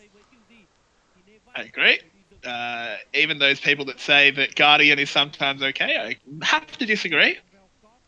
Aftershock is just so ridiculously good. As we actually might see a little bit of a level 1 skirmish up there. Hero and Rika getting pretty close to each other, but neither of them actually trade blows, so Yeah, he were looking no for big early deal. goal income, because he went with the Kleptomancy, looking for early trades where he Yep. can already accelerate the game. Yeah, observers, that was not the right spot, sorry. Yep, observers, you've just about missed. Oh, they'll fix it up in One more, time. please, They're one just more, doing please. Should be it. too No, hard. Nico Jungle. Let's go. Nico no smite jungle. Yep, but it will be once again Neven in the jungle. I'm sure the observers will fix that very soon. Yep, there they go. Lovely. We're all sorted out. They've just got to do the other team now. Yeah. And of course, it is Yokon in the jungle, not Kuriko. Cast your I mean, I mind don't. back to the last time Rika played Poppy into Camille. He actually dominated the lane and Oh absolutely yeah, destroyed him. So yeah. Poppy's a really good pick against Camille. Obviously, she stops most of her engage with the steadfast presence, stopping the hook shot. It's really good in the end. And the buckler, like, if when Poppy has the buckler, you just can't trade with her. yeah, and I'm not too sure if I like the Kleptomancer into Poppy actually, because Poppy is a super strong trading tank, as you just alluded to. So going Klepto is very greedy, and I actually think you're giving up a lot of lane priority to go for Klepto. You could just go with Grasp yourself or something like PTA maybe to go for short burst trades. But you already see Rika is dominating the early trades, and this is one of the strongest points about Poppy in top lane. You can stack up Grasp and utilize your ranged auto attack to insta proc Grasp. You still get the melee champ value, and yeah, Yep. this is a super strong trading pattern. we see a lot. As we see it engage here in the bot lane, Zodiac's actually put the Ignite out, but overall, I don't actually think he won the trade particularly hard. Good trade back there. Yeah, very Onto good Q Zodiac and Jisoo. from B. B actually with the super clutch binding there. Yep. Kuroko had to flash probably if the binding would have missed the illusion especially. Oh, Yukon flashes forward the instant return flash though, because the E didn't hit Where was the E? all that Gragas. I think he flashed with it, but I think he mistimed it. That. That's Okay. not good. So far, Neven is the better Gragas of the two. Not something sad. we would think we'd say. As Neven, actually, speaking of Neven, he gets pressured quite a bit there by Rika, who has massive top lane priority. He's actually just fully bullying him, and down in the bot lane, my word, the amount of damage. Zodiac is going to go down, almost certainly. Never mind, good flash. And the geometry's not quite good enough, but this is a bot lane that, as you alluded to, is doing terrible things. And oh god, Neven's in some trouble. Wait, is he? He can't get his blue buff. Oh yeah, that's true. But I didn't even spot that. But Neven, yeah, we have seen this with Silas Jungle already a few times. Yesterday, I think it was DBL Meliodas who struggled a lot in the early game. He's not the strongest early clearer. And now he tries to go for quick adaptation in his route here, trying to get a little bit of revenge on Rika, for Rika deterring the blue buff early on. In the end, has to call off the play, and blue buff has still not gone down for either side. Yeah, interesting from the junglers here. Myokon having another go at mid lane, but there was really no potential for anything there. Genza was so far back, and you were never going to dive. B gets stunned up again, but Zodiac takes a lot of damage here. But I don't think he's going to be the one that matters. Jisoo doing so much damage. This Braum Lucian synergy is so strong, getting so much onto the Braum passive so quickly. But in the end, they actually lost this trade heavily, because B didn't even have to flash, and Jisoo invested his super lazy recall. Ooh, nice dodge. Super good dodge from Kuroko. Kuroko knows how to play this Vel'Koz. Absolutely. Yeah, B and Kuroko so far have dominated lane. Not so much in the CS department. Some mages struggle a little bit with CSing early on. You can miss a few. Tentacles actually have a super good animation, so he shouldn't miss too many, just off of the auto attack animation. But we have to be fair to him. He's a jungler. Usually minions are dying in front of him, and he does not need to time his last hits. I'm sorry. Yep, and one thing I do want to comment on that I'm really happy about is we're seeing Myokon put a heap of pressure on this mid lane. It's not really working at the moment. It is more just bothering Genza than it's actually forcing anything out of him. But when you pick Gragas Yasuo, this is what we... Yeah, Myokon so far hasn't had the greatest success. A lot of ganks attempted from him, but all the ganks looked a little bit off. Not the greatest Gragas showing so far. Are you still here with us every day? Oh, can you hear me? Yeah, I can hear you now. Okay, there was a little bit of an issue. I was a little anticipating it. Yeah, because my stream just dropped as well, so hopefully this recovers. It might have just been a momentary lapse again. Australian internet's not much fun. Someone pay me to move. So, I can't see the stream at the moment, so you are going to have to call. Okay, yeah, no problem. There's a little bit of grouping happening in the bot lane, and now the gank coming in from Neven. He wants to try to turn around the gank, but this is super dangerous, as I said before. There's actually a little bit of 3v2 potential for FTV's bot lane, and FTV, with the help of Myokon, get the flash off of Neven, which is, yeah, great success for them. And the bot lane is still... I'm ahead of you, so I'm going to pause at 7. Sorry to cut you off. Yeah, 7 now, so we should be back in sync. Yep. Lovely, lovely. Sorry about that, everyone. My internet did decide to have a little break from its duty. And Myokon coming in again to this mid lane. We do have a level 6 Yasuo now. Potential for a play, but no, again, Genza just walking. Oh my god, walking away from it. Well done there. Yeah, and we now need to see a few Gragas Yasuo plays. We have, wow. Oh, this bot lane is brutal. This bot lane is no fun for the enemies. We have to really command GC. He is he kept up with farm even though he's under constant pressure. But especially Zodiac doesn't have any fun in this game. You play melee support who doesn't have the greatest of engages, especially before 6, into 2 long-range mages that will just poke you out, harass you with auto attacks, with spells, constantly. Super annoying. Yeah, first Yep. Dragon rightfully going to FTV. They utilize their bot lane advantage. Look at the platings. There's already been 2 platings have already fallen. And Yep. this is This is a bot lane going super, super well. Yeah, and actually, the Valkos doesn't scale too badly. Those are 2 champs that actually scale well into teamfights, especially with the big attention going over to the Gragas Yasuo probably in the teamfights. You can set up a lot of good backline damage from Valkos if he plays this correctly. And so far, I think we have been impressed with Kuroko's Valkos performance.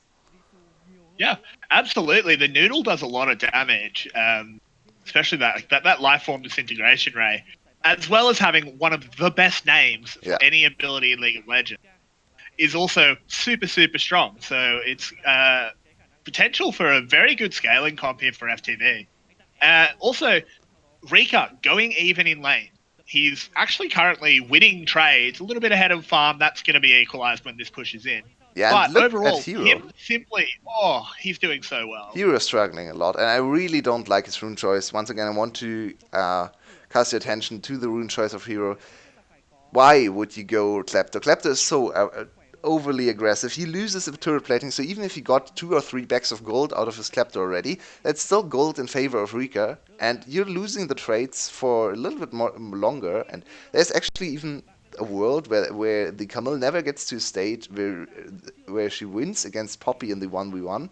Poppy actually quite good even in the later stages of the game if she goes for something like something with heal reduction, so the Thorn Mail, for example, in trades against Yep. Irelia and Camille. Yeah, absolutely. I mean, Thorn Mail's a little bit of a dangerous pickup just because it is obviously 2 AP on the side of QG. But that's not something that really is going to be relevant until the super late game. Neven is really deep in the enemy jungle here. Might actually be in a lot of trouble. There's an available Yasuo Ooh. ult, as well as everything else. Here he goes. First blood picked up there for Kuriko. Victory won't be able to get out there. The Yasuo is traded back. B now needs to run. Has to use a flash. Actually trades it for 2 flashes. Genza, Genza, what are flash you forward there. doing? What were you ever going to do except take a lot of damage? And now Miracon is approaching. A little bit Yep, they dangerous for can him. re-engage on this. The Predator's pop, though. He can just play on the edge. Does really well getting that knock up. And out goes the Oh, Nico man. ult. B goes straight down. This is going really badly. It's a bit of a rumble in the jungle here. Zodiac is low. And no, my stream freezes. Oh my god, I don't know how it ended. No, Kuroko got out. But yeah, in the end, it No. actually looked like actually we had the big advantage there, but they overplayed their cards. They a little bit unfortunate how it ended in the end. Mayukan came in, but only landed the stun on the Braum, so Jisoo was still able to freely harass him. And then actually super unfortunate cast from Mayukan, knocking the ulting Nico into his support player. B immediately went down. Very unfortunate how the interaction worked there. Mayukan overall not with the greatest Gragas performance so far. Look at this again.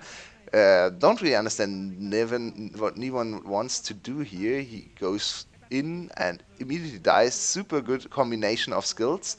In the end, good capitalization from Jisoo to get the kill back. And then B, yeah, the flash from Genza here is the real head scratcher.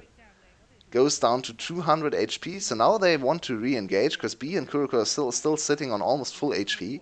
Mirokon comes from the other side, wants to hit Genza with this flash E, but super good block from Zodiac on the Braum, and now this unfortunate cast actually leads to B's death.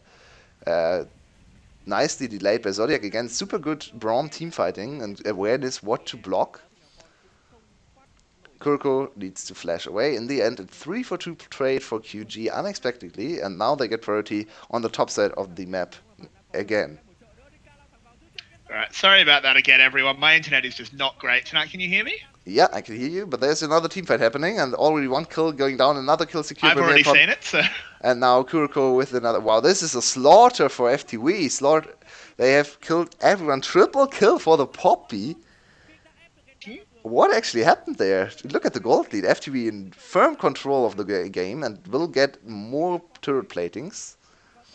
yeah, we're gonna have to call that one. Hopefully, when there's a replay, because I was only just reconnecting to the stream when that went down. Speaking of which, are we synced? I'm at 12:59:13. No, I'm at 54, 5, 6, All right, so 7, 8, 9, okay. 10, 1. We're actually in sync. Yep, we're in sync Okay, now, as long as my screen doesn't drop again. sorry for that Which again. is hopefully we're still in sync there. And we get the replay on the play here. So show us Yep. your play. So yeah, Rika goes in here, gets a nice little wall stun. That Lux ult does so much damage, combined with the Yasuo ult that must have hit off a Q, because I don't think Poppy E counts, does it? It shouldn't do. And then this is just an absolutely massive lifeform disintegration, Ray. Look at the amount of study being done here. The Void has learned all. That's a pretty clean ace. Yep, and yeah, the E from Poppy definitely enables Yasuo ult. It's a displacement. Okay, Yeah, there yeah. you go. Oh, of course it is. Yeah, I don't see why. I don't know why I thought it wouldn't. But yeah, that was really well played. Absolutely, and FTV collapse on QG. QG with an over-aggressive call, and now FTV up to a super great start. 4k gold lead, big advantage, especially in top lane, and jungle now getting off to a good start after a little bit of questionable plays from Meocon early on. Even victory not securing kills a little bit unfortunate for FTV. They want to focus especially their damage profile and how they want to damage the team fights on victory, but now Rika is an immovable object, and Hero in a lot of trouble. Absolutely. So, for the record, everyone, this is why we say put Rika on tank. Yeah, he's It's super not good because on Poppy. it's not because Rika's Hero is bad dead. and you put him on something easy. Hero is absolutely dead here. This is a great little wall stun. B steals the kill with the laser, but I don't think anyone's too mad about that one. To go back to my point, we're not saying it just because Rika's bad on carries, though he is bad on carries. He's also sick at tanks. So put him on this Poppy. Yeah, It's especially great. on Poppy. I think we have actually not seen him on any other tanks, but we assume he can play other tanks as well. Especially his Poppy has been super great, and I like the... Well, Kuroko just gets stove. Ooh, Not too much to Kuroko, see there. you're in some trouble here. Neven picking up a nice little kill there. Getting some gold on that Silas, always nice. Yeah, but yeah, his Poppy especially was banned out on for the game against Cerberus, which I thought was super good from Cerberus' side. As we see another kill going down, Hero getting caught by B, who has been super accurate on his plays, and Rika in a lot of trouble, but Victory coming Rika in. doesn't care though. He just goes in. Such a play. Victory picks up the kill. He picks up two. He'll go forward for the third. Yugato is called. Rika actually steals the triple kill away. What a play by Rika, setting his mid laner up. Yeah, not sure why he stole away the third kill. No need to do that Probably on the shouldn't Poppy. have, But, especially because he flashed for it. yeah, but this game looks very dire for QG. QG doesn't find any way to deal with this super strong setup for FTV.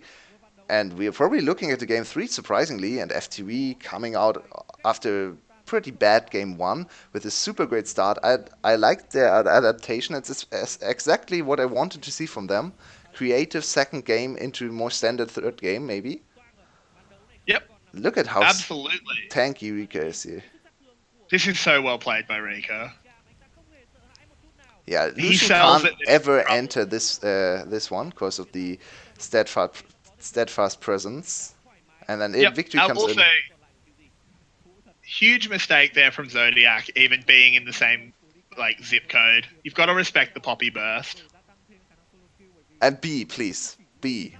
Who has brainwashed you? You are a Lux support that secured 2 kills with ult, and you go first item redemption. That can't be your own choice, right? That's... Man, that feels so bad as a Lux. You want to have more HP, and I quite frankly think it's the wrong item. It's not good on Lux. I mean, it's okay on Lux support, but there's so many more better items. She scales insanely well with AP, especially the shield. Go Arden's Sensor. I don't know if Ardent Sense is super valuable. Just looking at the team comp, Doesn't matter. it's not that.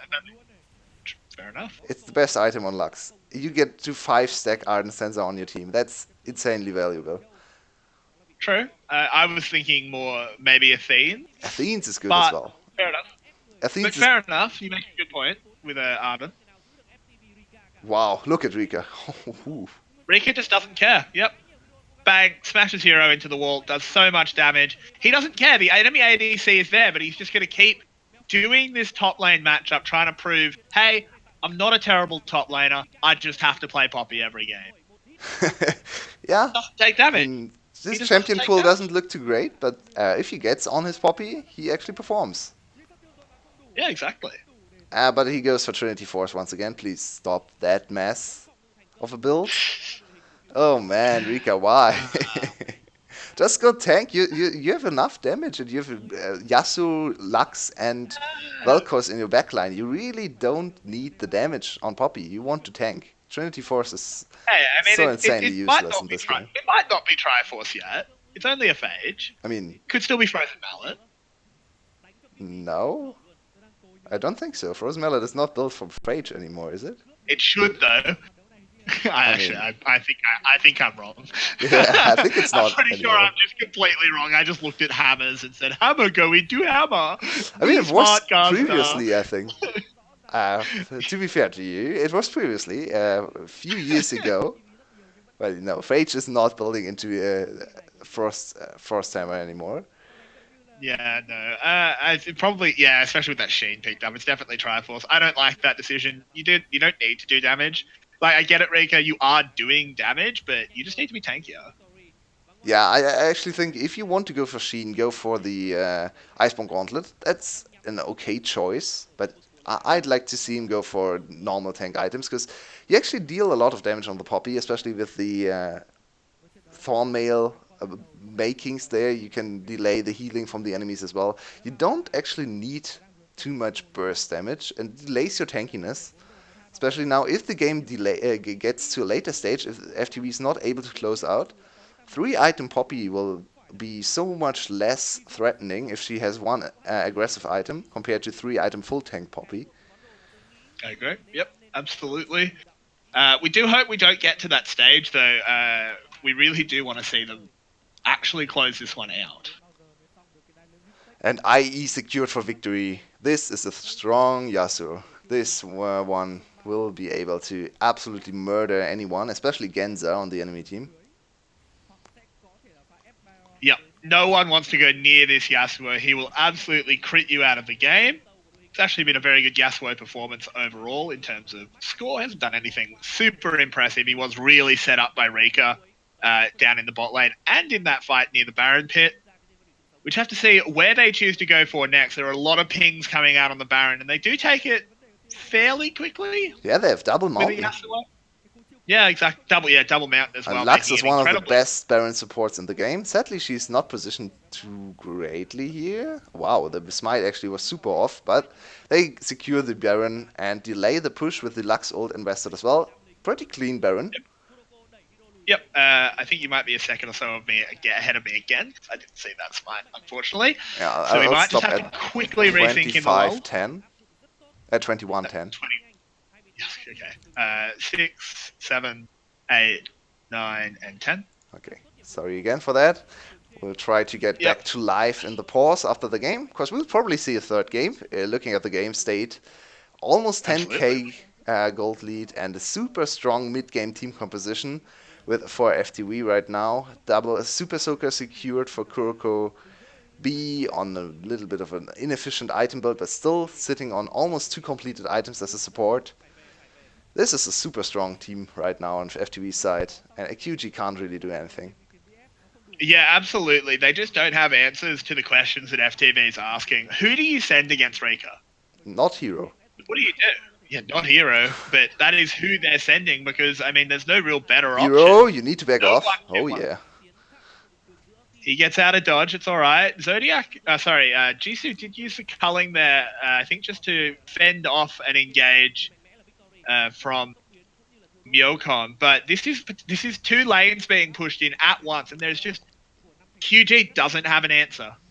Yeah, very clean macro so far with the Baron for FTV. Nice to see from our bottom tier team being able to execute on the Baron play, as that is one of the strengths. Oh wow, there was a solo kill in the top lane. That there was. Victory must have caught up to Genza. I'd like to see a replay of how that went down. But looking at the live game, Rika is pushing in this bottom inhibitor. And with that one-man deficit, he's actually got the tower already. Got that quite quickly. Ooh, good damage there. Oh Zodiac just man, barely survives Neocon, being why? disintegrated. Neocon knocked him away Yeah, there. And normally you would yeah. laugh There's at been some Poppy split questionable pushing. You're like, okay, in 2 years she will take our turret, but this is a Trinity Poppy. Triforce. Yeah, Yep, this Poppy will absolutely annihilate the turrets, and you can see it. Bot lane exactly. inhibitor has They're already gonna gone get two down. in here.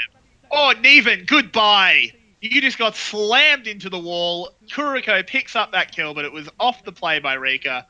And they should be able to get the second and third inhib here. And this is almost just completely lights out. The And look at the knockout punch has Baron pretty much already execution. been dealt.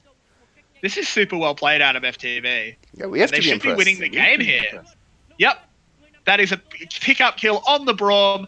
Rika, my god, what a monster he's been. As he knocks away as well, just stopping any last-ditch fight. The Nexus should be cleaned up here as the party barrel goes in. They're just having a bit of fun here using the ults, because why end the game with your ult off cooldown? And that is game 3 secured. Oh, sorry, game 3 secured as in it's going to be played Yeah, as FTV pick up the good second save. win. Yeah, Yeah, FTV yeah. with a super impressive game, 24-minute victory against QG after getting slowly bled out in the first game.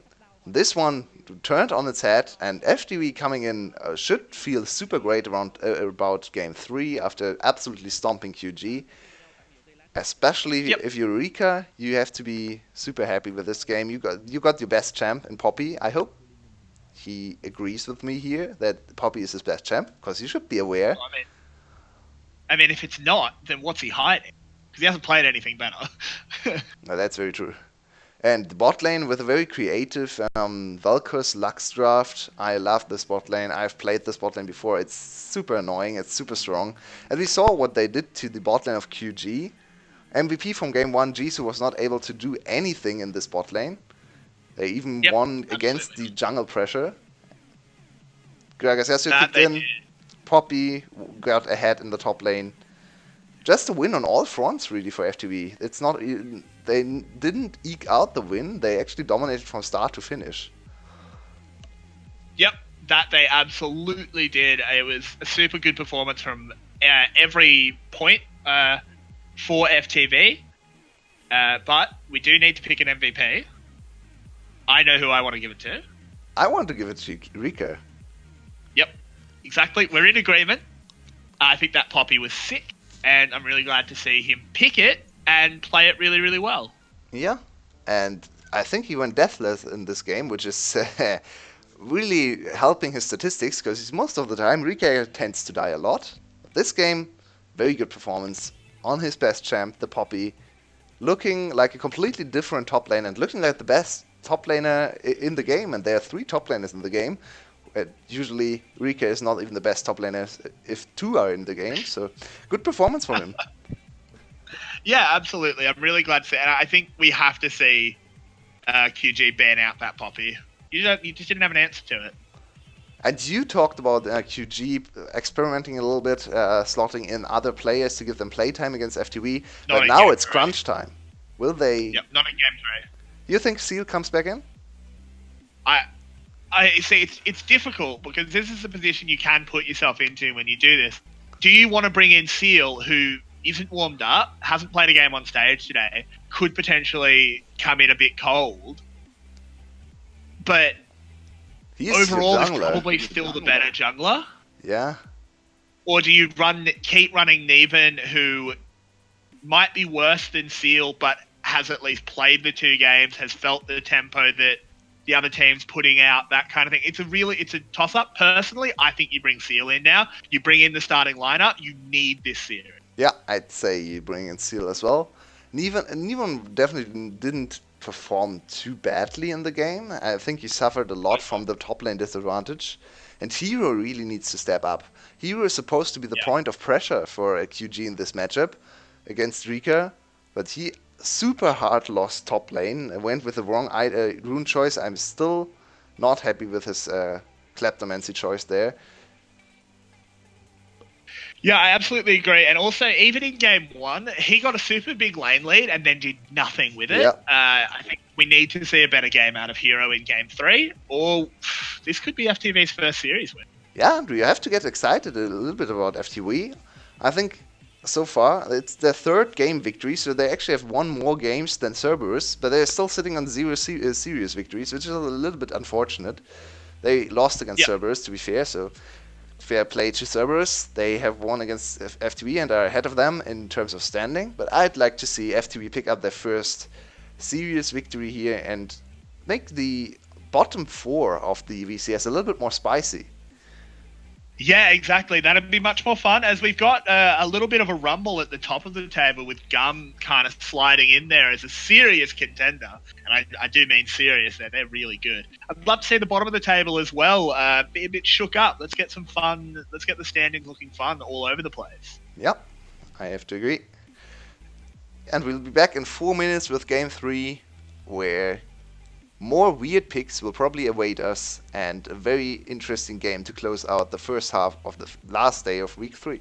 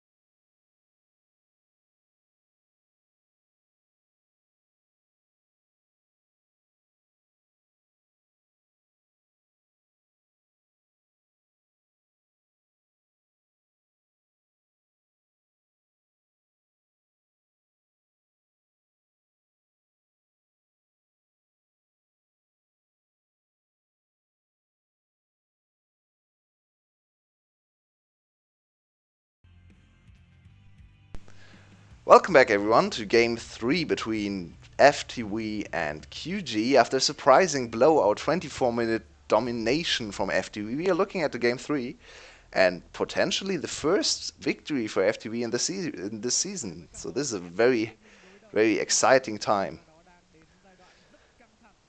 That it is. We are going to this game 3 that I don't think anyone expected we would see, with players that I don't think anyone expected we would see, in positions that I don't think anyone expected we would see, Yeah, and an MVP that I don't think anyone expected we would see. yeah, there seems to be a pattern here. Not sure if you can recognize it, but yeah, there's the MVP for Poppy, and look at her DPM numbers. That's a tank, by the way. 474.5 DPM in a 24-minute game. That's unheard of as a tank, so great job for Rika. Please go to Poppy again. Don't go back to Jace or anything else. I mean, his first game was not bad in the mid lane. It was not super great either. What are we looking at? Yep. Seal is in for hero. For hero? Wait a moment. What? Whoa, what? That's I mean, super Heroes have a bad surprising. series. Yeah, that's true. I get. But So we finally get what we all waited for this whole series, to get the clash of the best top laners in the VCS, Neven against Rika, the true fight for the top spot. yep, this is the absolute the Rumble down under, as in down under on the ladder of top laners. Exactly. Because this is, I don't know how I feel about this sub. This is I like super Seal surprising. coming back in, but I don't know how I feel about Hero going out. Yeah, this is super surprising. I don't really understand what QTV is doing right now. I mean, why? Look, Hero had a very bad game too. That's true. His game 1 was his laning phase was good, but he didn't know what to do with his lead, so that didn't look too great. But subbing in Neven as a top laner and Seal back in jungle seems to be like a little bit of an overreaction in this case. I think it's actually super dangerous now for the QTV. Yep, exactly. And they need this win. They need this serious victory to contest for playoffs. If they lose this series, I think they are almost out of playoff contention. So Yep, this is a super great game. Yeah, exactly. This is a super, super important game here for QG, and questionable player choices coming in. I do really, really hope we are going to see Neven in the top lane and not some crazy situation where Seal goes top. I think that'd be a super bad decision. Yeah, and by the way, the substitutions have not come in for FTV, so they will field the same lineup again. We see Meocon once again sitting there in the jungle position, and they have not swapped names, but Meocon will probably play jungle again, and we'll have to see if Kuroko can bring out another mage in the bot lane or get his Vel'Koz again. Yeah, and I mean, I think actually that's actually a good decision. I think FTV, they looked really good with the 5 lineup they used last game, so I'm not surprised they carry that over into this game. One thing we do immediately see is Yasuo banned. No Gragas Yasuo this game, which I think is a good decision. I really want to see a Poppy ban. A little bit confusing that they ban out the Yasuo and not the Gragas. That's very true. I mean, if you ban Gragas, you block the Yasuo most of the time as well, and you actually use your ban for a useful champion outside of the 1-2 champion combination there is for Yasuo. So the Yasuo ban strikes me as a little bit of an overreaction as well. So QTV seems to be very... It may be that they want to pick Gragas. Yeah, could indicate a Gragas pick here for QTV as well. I agree. This last ban, if it's not Poppy, I almost think you first pick it. Yeah, actually fair. Because Rika is so good on it. It elevates Rika so much. I think Nico is a little bit higher in priority, especially if Kuroko is also able to play Nico bot lane. I think this is a Nico first pick. Oh wow, it's not actually. It's a Jarvan first pick. Oh, fuck. There's Yumi's banned. So sad. I heard the excitement in your voice, just killed by the bear. But overall, this would still be a crazy pick. Oh, No, I want to see going Garen Yumi, please. It's so great. Sorry for that one, audience. We get Nico counter pick, and we could see Nico Irelia here. we absolutely could. This could be a very strong pickup, double pickup here. They go for the Gragas instead. That actually does kind of make sense. If you're going to ban the Yasuo rather than the Gragas in the Gragas Yasuo, that kind of does say that you want to pick the Yeah, Gragas. So good analysis. Absolutely true. uh, that said, they could have potentially waited on it because Jarvan, 99 times out of 100 goes jungle. But are we getting a repeat? We certainly are getting a repeat of the Vel'Koz, but who are you going to pair it with? Because Lux is gone. Yeah, as a Vel'Koz bot lane specialist, I'd say what we like to play a lot as a kill lane is the Vel'Koz Rakan. I don't really expect Okay. it to come in, but this is super effective because if we actually get to see Vel'Koz Rakan, I can dive in a little bit of the specifics and why this is actually a strong combination. Pretty much level 6 is a kill all the time, but yeah, as I said, if we get to see it, we can dive in on that specific bot lane. Right now, the Rise is secured, I desperately hope that's a mid lane rise. and I kind of think it's a top lane Rise. I desperately hope that's a mid lane rise. Because Rika, your poppy's open. You just destroyed on it. And there's a Kalista, so now Poppy priority rises insanely high, because Kalista against Poppy is a nightmare. You pretty much can lock yourself out of League of Legends if there's a Poppy in the enemy team. Kalista can't auto attack against her.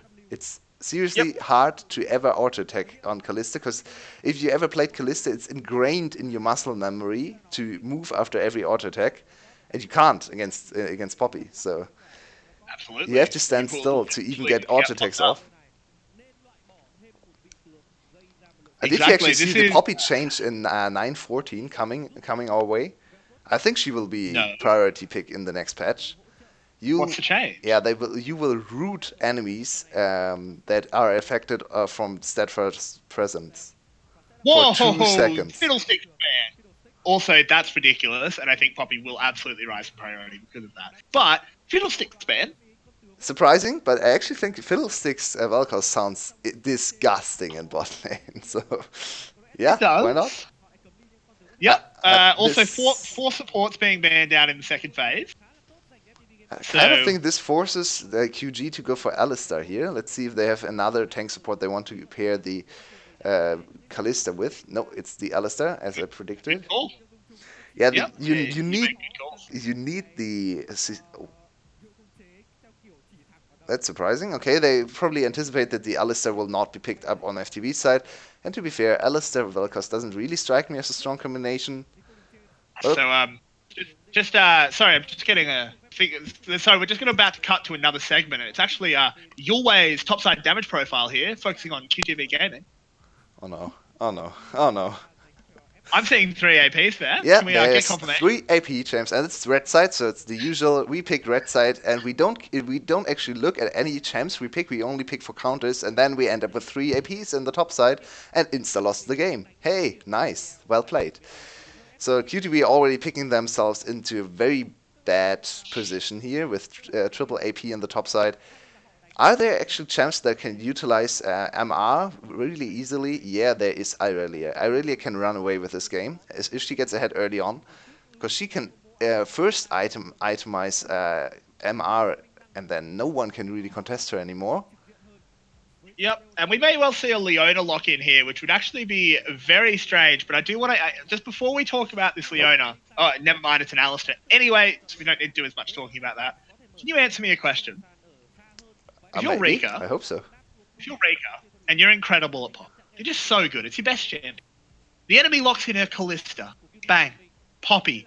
The world. There is a choir of angels singing at you. Yeah. Pick Poppy, and then you just don't. Yeah, no idea if it's Rika's call or Coach Why? Harry's call. this is an insanely strong Poppy draft. Look, it's not only the Kalista. The Alistair struggles against Poppy a lot as well. And Gragas can't Gragas engage with can't it. do anything against Poppy. So Poppy would have been a dream scenario here. And instead, they go with a mage in the top lane, which is kind of confusing because they already have a backline mage. So they really don't need the AP Good damage command threat. points. Yeah, I mean, if they always treat their technical things like this, Yeah, exactly. it's No kind of wonder there's. explains why we have so many pauses, right? I mean, let's not blame him too hard. That was just a mistake. Fair enough. I. I'm sure it's fine. It actually annoys me quite a lot. Rika, that was the perfect opportunity to have a second game. The only champion Rika has looked good on is Poppy. It's open and it's strong, and you don't pick it. It annoys me Yeah, I don't so understand much. this either. It's really confusing to me, especially because Rice top lane. Okay, it was Rika's favorite and most played champ in spring, even though he rarely looked good on it. But now Rice top is actually not that strong anymore. He lost a lot of his dueling potential. He needs time to scale. This is the patch where the Rod of Ages got cheaper, so I kind of expect him to go for the full scaling old Rice build with Rod of Ages and into tier. So he will need a lot of time to impact the game. And he's playing up against a Nico who will hit her power spike much early on. Very confusing draft from FTV side. Yep, exactly. I can't say I'm happy about it at all. One thing to comment on that I do like, just a very minor thing. Seal did the little jungle trick you can do where you start with the yellow trinket, run out, place a ward, then actually B and get a red trinket. It's kind of nice. Just gets Yeah, you a little bit of an extra ward. one extra ward Very and one minor. more sweeper. Very, very cool play. Yeah, exactly. He still has his sweeper for his first gank, but also can ward the entrance to his jungle. By the way, what is this insane Alistar skin? That's Hextech with the skin, isn't it? I can't quite see. Wow, that's Oh no, it's Conqueror. No, it's Conqueror. that looks super dangerous and super frightening. I don't want to play I against know. that lane. It's a very cool skin. The thing with Alistair is we very rarely see other skins because the absolute S tier skin, best skin in the game, the Moo Cow Alistair with the cowbell. How can you Ding, pick anything? ding, ding. Yeah. Exactly. Tilt the enemy team out of the map just with a ding, ding, ding. And, ooh, No idea Rika, what not Rika a good did start. there. You Yeah, never he want started badly. you never want to walk into the level 1 Nico on open fielding, so don't do that, Rika, please. Nope. Absolutely not. B there takes a fair bit of damage because he just as punched in and didn't actually land it. Unfortunate for him. Couldn't proc that aftershock. But he'll be okay overall. Ooh, Genza has to have his flash forced here at level 2 by a good play there by Victory, trying to set up his jungler. Yeah, this That's a is good now a start here super for dangerous lane for Genza, especially because Miocon still has his flash available. And there's a very easy play pattern now for Miocon. Go for EQ flash on the Java and let your stun, the flawless duet, follow up. And Ooh, never mind though. Genza though, here he goes. He gets a flash there from the W, uses it to great effect, picks up first blood here oh, onto Myokon, FTV. now has a red buff. Oh no. What have you done? Seal stealing that kill away was actually a massive mistake because the sleep was about to proc. Ugh.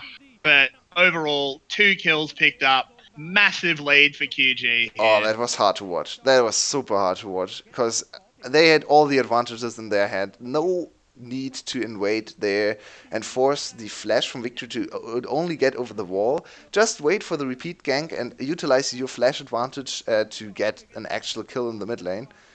Oh Yep. man, they threw away all their early advantages and now QG off to a super great start in game 3 with 1.5k gold lead at 3 minutes. Double kill early on in the 2v2 in the mid lane. Yep, absolutely. This is a horrible start here. We see Genza just goes forward. You think, oh, Zoe without a flash, but as soon as a flash is used near him, he has a flash. Yeah, That is exactly. obviously the amazing balance of Poppy. I do just want to say that Seal shouldn't have done that auto attack. He was about to go to sleep. Zoe could have gotten that kill, but in the end, doesn't really matter. Actually, super unfortunate for Genza there. I'm not quite sure on the Zoe intricacies. Does the flash always pop a little bit to the Zoe side? Because he flashed from over the other side of the wall, and the flash actually popped over the wall and gave Genza the flash on his side of the wall, which was a little bit surprising. Not Not quite sure 100% that sure how. mechanic. Yeah, I think that was just RNG luck for Genza there to get access to the flash. Quite possibly. But And now we need to see FTV somehow catching up here, because this is a really bad situation.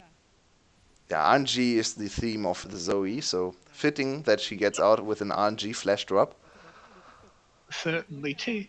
Anyway, ignoring that, looking down at this bot lane, definitely not as dominant as it was last game. The Lux is obviously much better to pair with the Vel'Kods. They don't have that crazy two-ranged advantage this time, though they are still keeping it level. It's not a bad situation at all, but not the absolute domination that it was last game. Yeah, but keeping it level against the Kalista ADC most of the time is a good feat. And Yeah. especially if Kalista is not able to set up dives with her Alistar body, that will be great for FTV. They're still far, far, far behind after the first blunder in the mid lane. Yeah. But that being said, And it look at will be a Victory's drag as well. itemization. Look at what he's already built up. He knows what's going on in the enemy team. It's very true. I'm happy to see a good boots choice here, a good defensive choice. That does make me very happy. Ocean Drake picked up for QG though. It's super nice for them. Helps out the mana bars of their triple AP topside, which is always nice to see. Got to encourage that excellent pick ban strat. Absolutely. Perfect wet side draft. Once again coming in the VCS. Look I at mean, what does my head in is that despite the triple AP topside, I actually still think QG's draft was better purely because of how stupid it was to not pick Rika's Poppy. I actually think it's one of the stupidest things I've ever seen a team do. But regardless of that, Zodiac is getting engaged on here. He's taking a lot of damage. Kuriko has the Q to come out here. Can the Noodle do enough? He can, but there is actually an instant kill back. B will go down. Jisoo as well fancies himself a chance here. Going forward, 2v1, and they're having to run. yeah, that's the power of Kalista. Yep, Extended she's terrifying. fights are nothing you want to do against the Kalista, especially if she gets to free fire. Hail of Blades picked up for her the strongest early rune choice for Kalista. I think every Kalista nowadays goes Hail of Blades. It's insane Yep, laning it's power, and yeah, we once again see it come to fruition here in the 1-for-1 trade.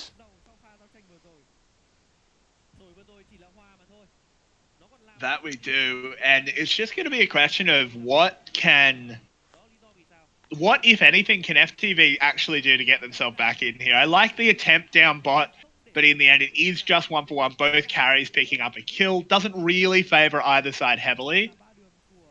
Going even against Calista, as you said, is typically a win for the side of FTV, but we're going to have to see if they can actually maintain that.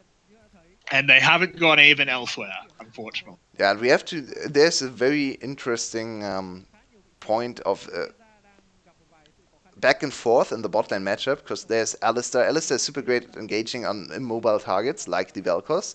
So they could just blow up the Vel'Koz. But if he fails at engaging, Vel'Koz is super good at blowing up tanks with his true damage, especially once the ult comes in. And then normally you overextend on the Alistar because you have your ult to rely on with 50% damage reduction. But that will not really matter against Vel'Koz, so he has to be super careful not overextending into the very dangerous Void monster there. Yeah, absolutely. A lot of potential there for this bot lane to be a bit of a slugfest. A lot of damage coming out. You do see Seal floating around down there, but he's probably not going to be able to find anything. They're just sitting way too far back as Rika loses the trade in the top lane. And he's been doing that quite a lot. But he's been doing super great in top lane. I would have not anticipated him to be even in farm and getting the pressure advantage, even one plating in his favor already. So Rika showing up today, another great performance, at least in lane. We have to see how he transitions his slight lead now into the Yep. mid and later stages of the game. But look at this setup. This looks Look at familiar. this. Four people around the bottom lane. Steel coming in. Zodiac throws himself forward. All that Void Monster goes away instantly. There is two TPs coming in, though. Rise and Irelia will both be here momentarily. Realm Warp is used to try and catch out here. Myokon with a good ult puts people in the rage cage. Genza should be going down here, and he does. Zodiac should follow as well. Oh no, this is such an overcommit here by QG. They had to back off. Seal goes down as well. It's 3-for-1 in the end. And all the kills go Teleports, man. on. How do they work? All the kills go on the most important champ in the draft of FTV. It's the one champ that can itemize the MR super easily against the triple AP top side. So this is now looking super dire for QG, who will be able to deal with victories super overfed Irelia now. It's a question QG will have to find an answer to in the next 20 minutes, probably, of the game. Yep, absolutely they will. Is worth noting, of course, that the one kill going back did end up going onto the Callista, which is very good. But look how quickly Vel'Koz Yeah, he dies. instantly melts. But they There was delay. nothing. Yeah, they get the ult out of the Zodiac, so Zodiac is actually pretty useless now. They get the Callista ult as well, and now split from QG. Genza delays the fight here with ulting over the wall. Actually doesn't really help his case, and Zodiac overestimates his own tankiness. With his ult already gone, he's just instantly melted.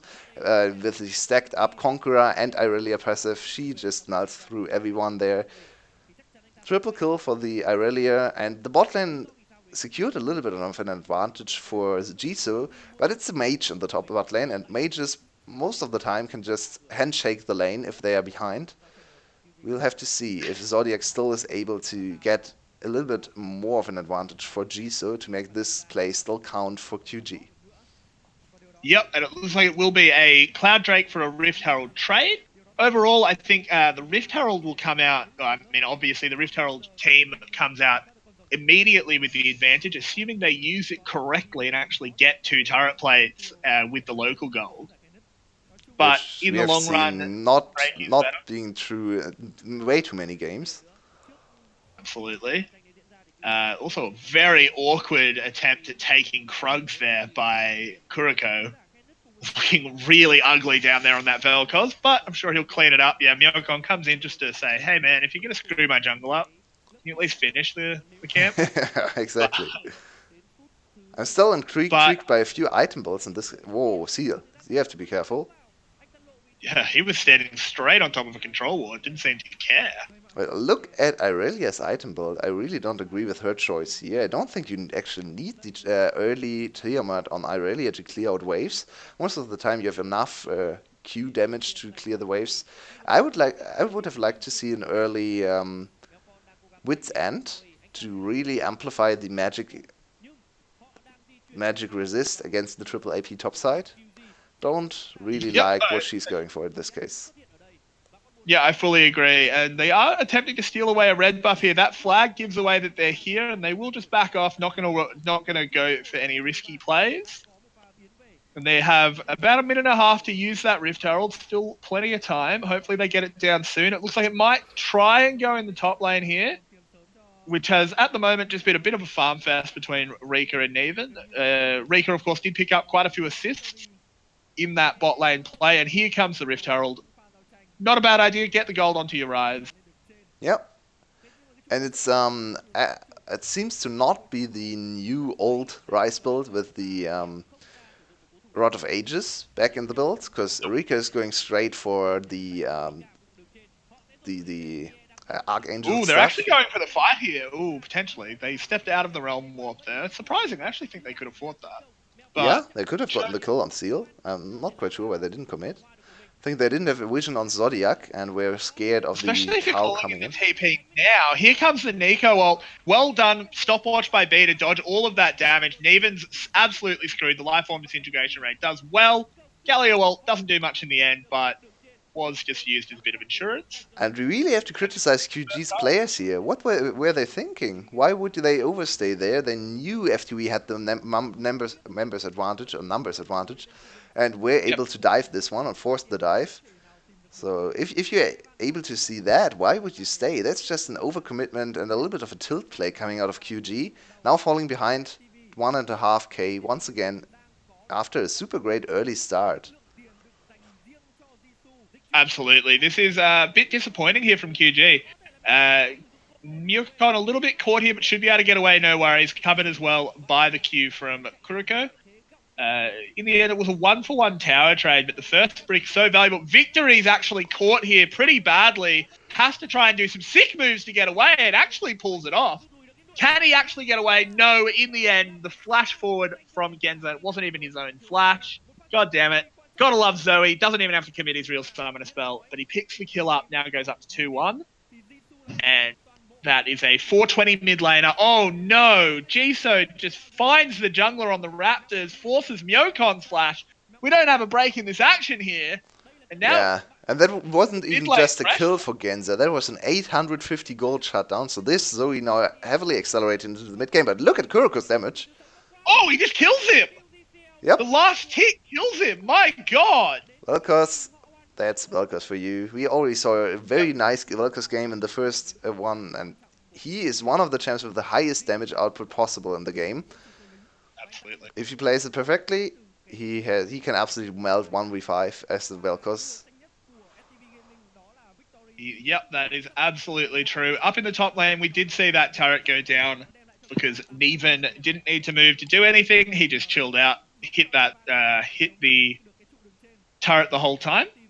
So that is a kill for a tower overall, but it's still a 500 gold lead now for FTV. And as you mentioned, considering the deficit they put themselves at, the fact that they're ahead at all now says a whole lot. Yeah, the big swing of the game was obviously the bot lane fight with the triple kill over to victory. He now gave up a big shutdown to the enemy mid laners, so both mid laners in a very good spot now. Super far accelerated, and there's a strong Zoe and a strong Irelia on both sides. Usually you want you to play around your Zoe with grouping up, looking for early skirmishes, looking for 2 item spikes on all your champs, and looking for early fights around Dragon and other objectives. So now is the time for QG to set up the next fight.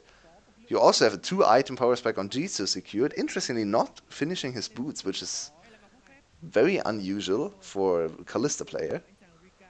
Yeah, absolutely. Considering how much boots do for Callista, that's a very interesting decision. But FTV looks like they're just going to go to the side lanes. They may well surrender mid turret for this. They do burn. Ooh, wow. Kuroko takes so much damage. He's actually in a lot of trouble here. Is that Zodiac may well just kill him.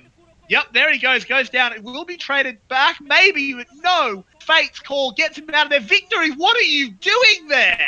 Oh no, once again the typical overcommitment. Oh no, one member died, I need to TP in and save him. No, in the end, you actually gave up your life as well. And it's super lucky for FTV that this play doesn't happen 3 minutes later, because this would have been an instant Baron call for QG. This way they only get a turret and a dragon, but they have now restated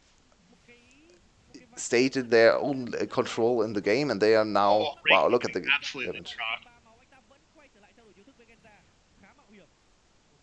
Yep, QG back in control here just due to a little bit of not even a little bit, a big bit of a mistake coming out of FTV. Really poorly played around that mid lane.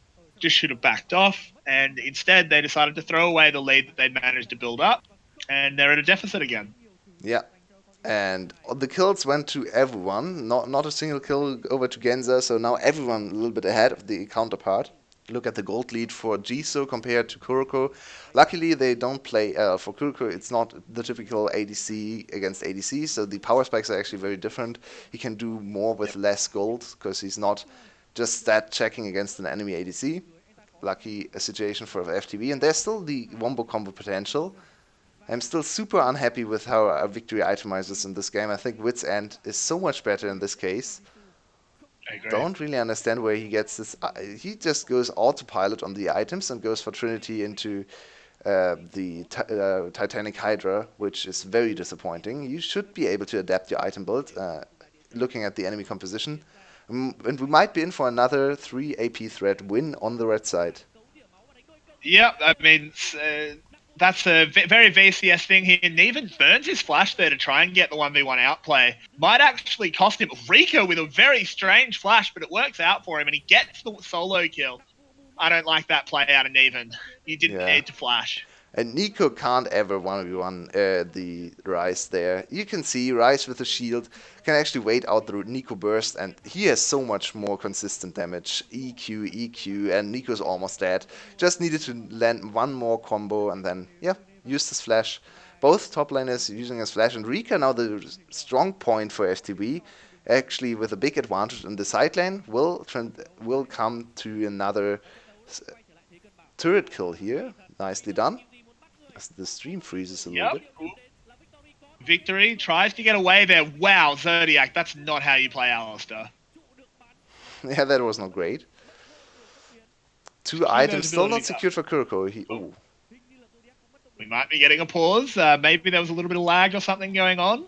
I mean, there definitely was stream lag. I'm not sure if these players experienced anything of that. You would hope not. We can go back to the jersey discussion. What do you think of this hoodie for QG? I really like it. Yeah, I like the white. I think it looks really clean. especially as their usual jerseys are black and red. The white actually looks super cool as the hoodie there. I'm a big fan. FTV's Yeah. jerseys are a little bit more boring in my opinion. Yeah, I'm not a huge fan of that color scheme. I think it's just a bit of a boring shade of blue. So And look at that, the QG logo on the black jersey is with a white Q, and the white yeah, one is with a black Q. Also nice adaptation. it's very slick. Good graphic design going on for QG. I mean, I'd wear that. I'd wear that out Yep. if I had one. So, I mean, it's no. To be fair though, no piece of merchandise will ever be as terrible as the Fnatic gamer suit. Oh wow, why? How does it look Did like? you did you not see this? It was a full onesie. Oh my god, seriously. I'm gonna link you a picture of it Oh, because that's great.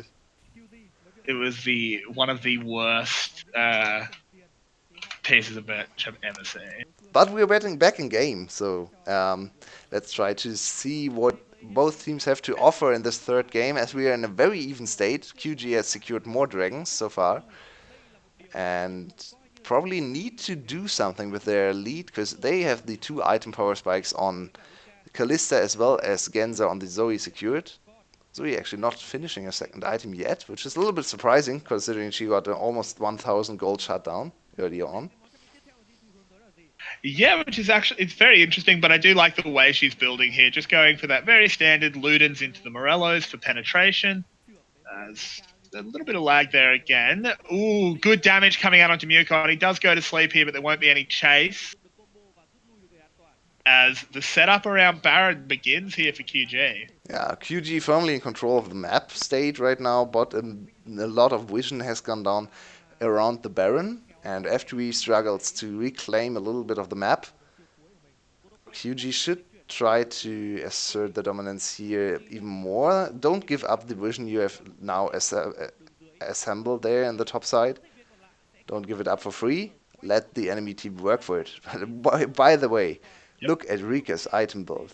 I've just caught a glimpse of that, and whew, Wow, that is aggressive. that is yeah, that's a lot of AP. That's a lot of teamfight damage, and that's super risky. Yep.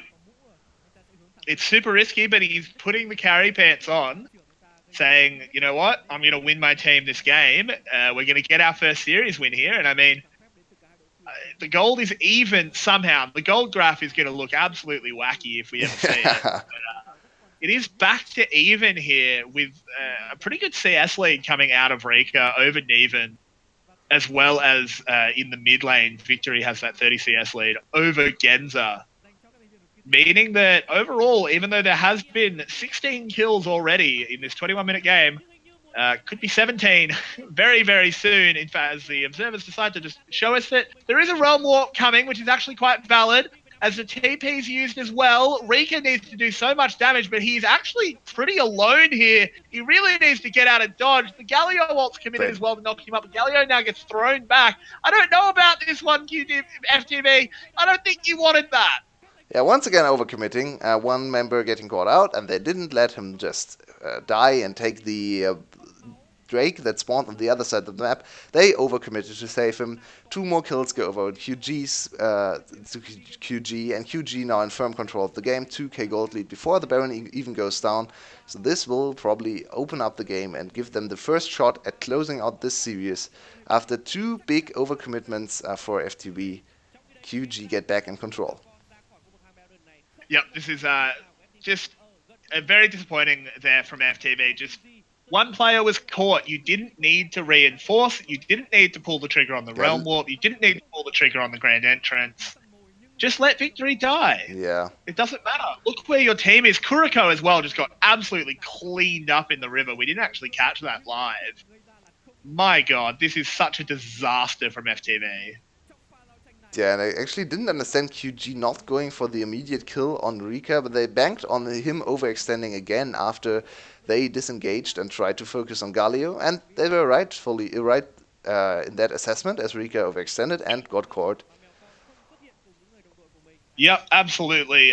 Just a very, very disappointing passage of play, and it's now back out to a 3k gold lead, which no doubt will be equalised momentarily when QG decide to throw the ball right back, as that seems to be the theme of this game 3.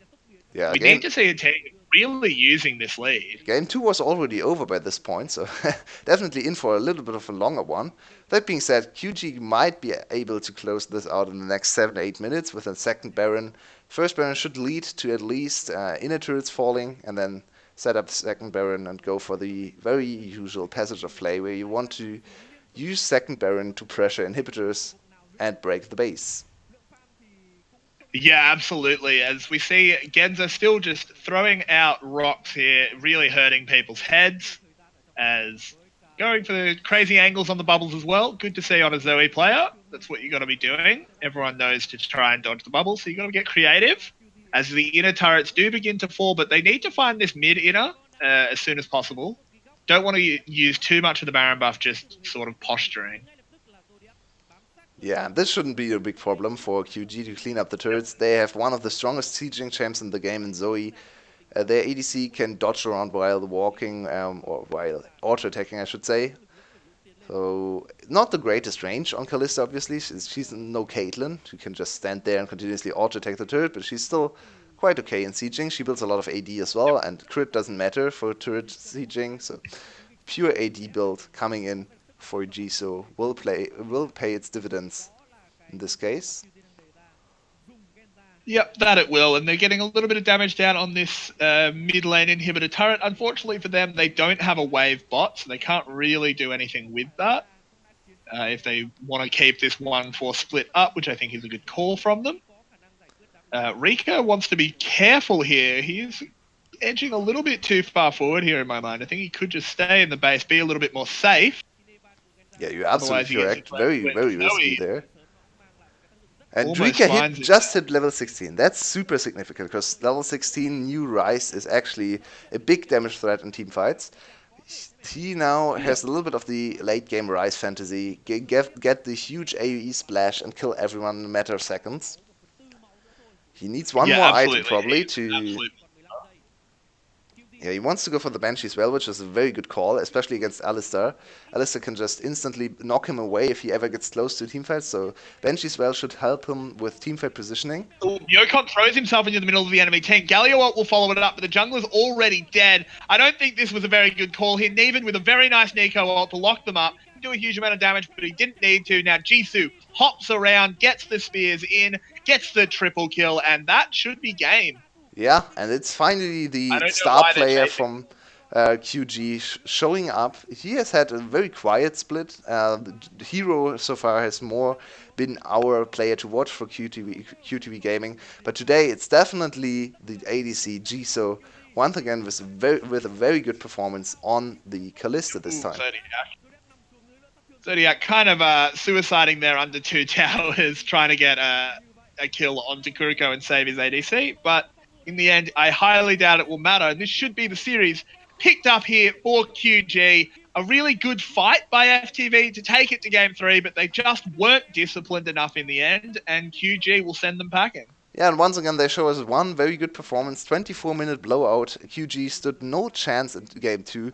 Super nice draft. I like the adaptation. Rika once again showing that his Poppy is his best champ, and we still have to question why and why they didn't go for Poppy in this third game. It was It does such my an head in. important It series. actually annoys me. Yeah, it's really annoying. Yeah, it just I don't understand it. He didn't look terrible on Rise. Like he went even in lane, which is fine. All of those things, yeah, whatever. But you have a situation where he can dominate games on Poppy, so why not?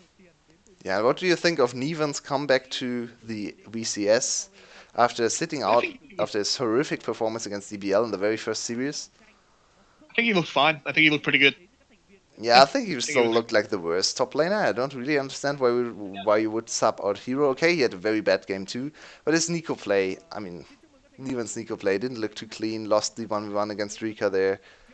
He was okay. He was not inting away like he did the last time he played top lane, so that's great to see. I QG Yeah, I going definitely three don't three. agree with.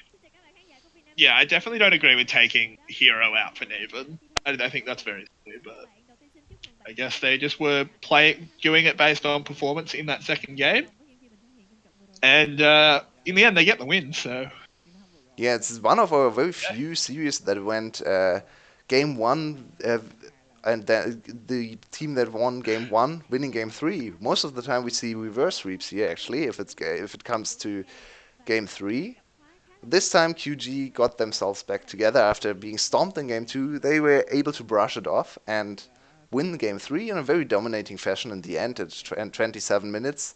Not didn't took them too long to win the game.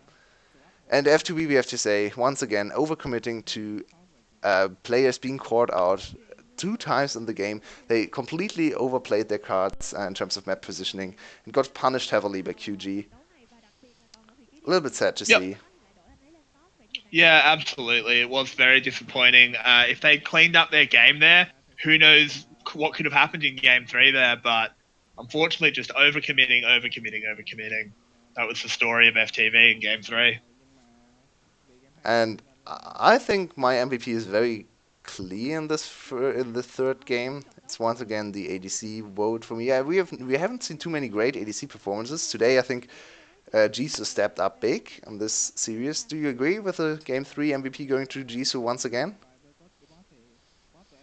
Yep, I agree. I would absolutely give GC the MVP. So hitting 3 MVPs on our broadcast here. So one of the probably is tying Slater for most ADC MVPs.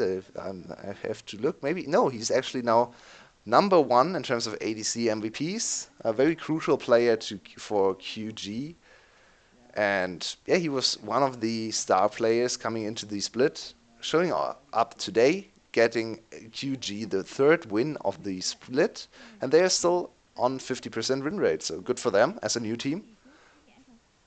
Yep, exactly. I think I think yeah, GC looks very good. He's an incredibly crucial part of their team, and I hope they continue to improve as they go forward. And I think with 3 serious victories already secured for themselves, they have almost averted the immediate relegation to a second tier league because last time Cherry and FTV only got to 2 or 3 serious victories in the spring, so should already look very good for QG, and QG can now focus on trying to contest playoffs, which will be a super hard task, super Yep. tall order for them, but they can try. And first split of this team, ending up fifth or sixth, would not be too disappointing in my opinion. Yeah, I absolutely agree. If they can, even just avoid relegation and end up in the mid tier, I think they're pretty happy with that one. Absolutely. And that will be it for the first series of the day. We'll probably only hit a 30-minute pause, or around 30 minutes, and come back with the highlight of the day, definitely, with of the top teams fighting to tie DBL at the top of the league at 5-1. It's low-key against Flash. Either team can secure first place if they go 2-0 over the enemy team here. It should be a very good series. Absolutely. Thank you guys for joining us, and see you in 30 minutes for the highlight of day 4, week 3 in the VCS. Yep. See you soon.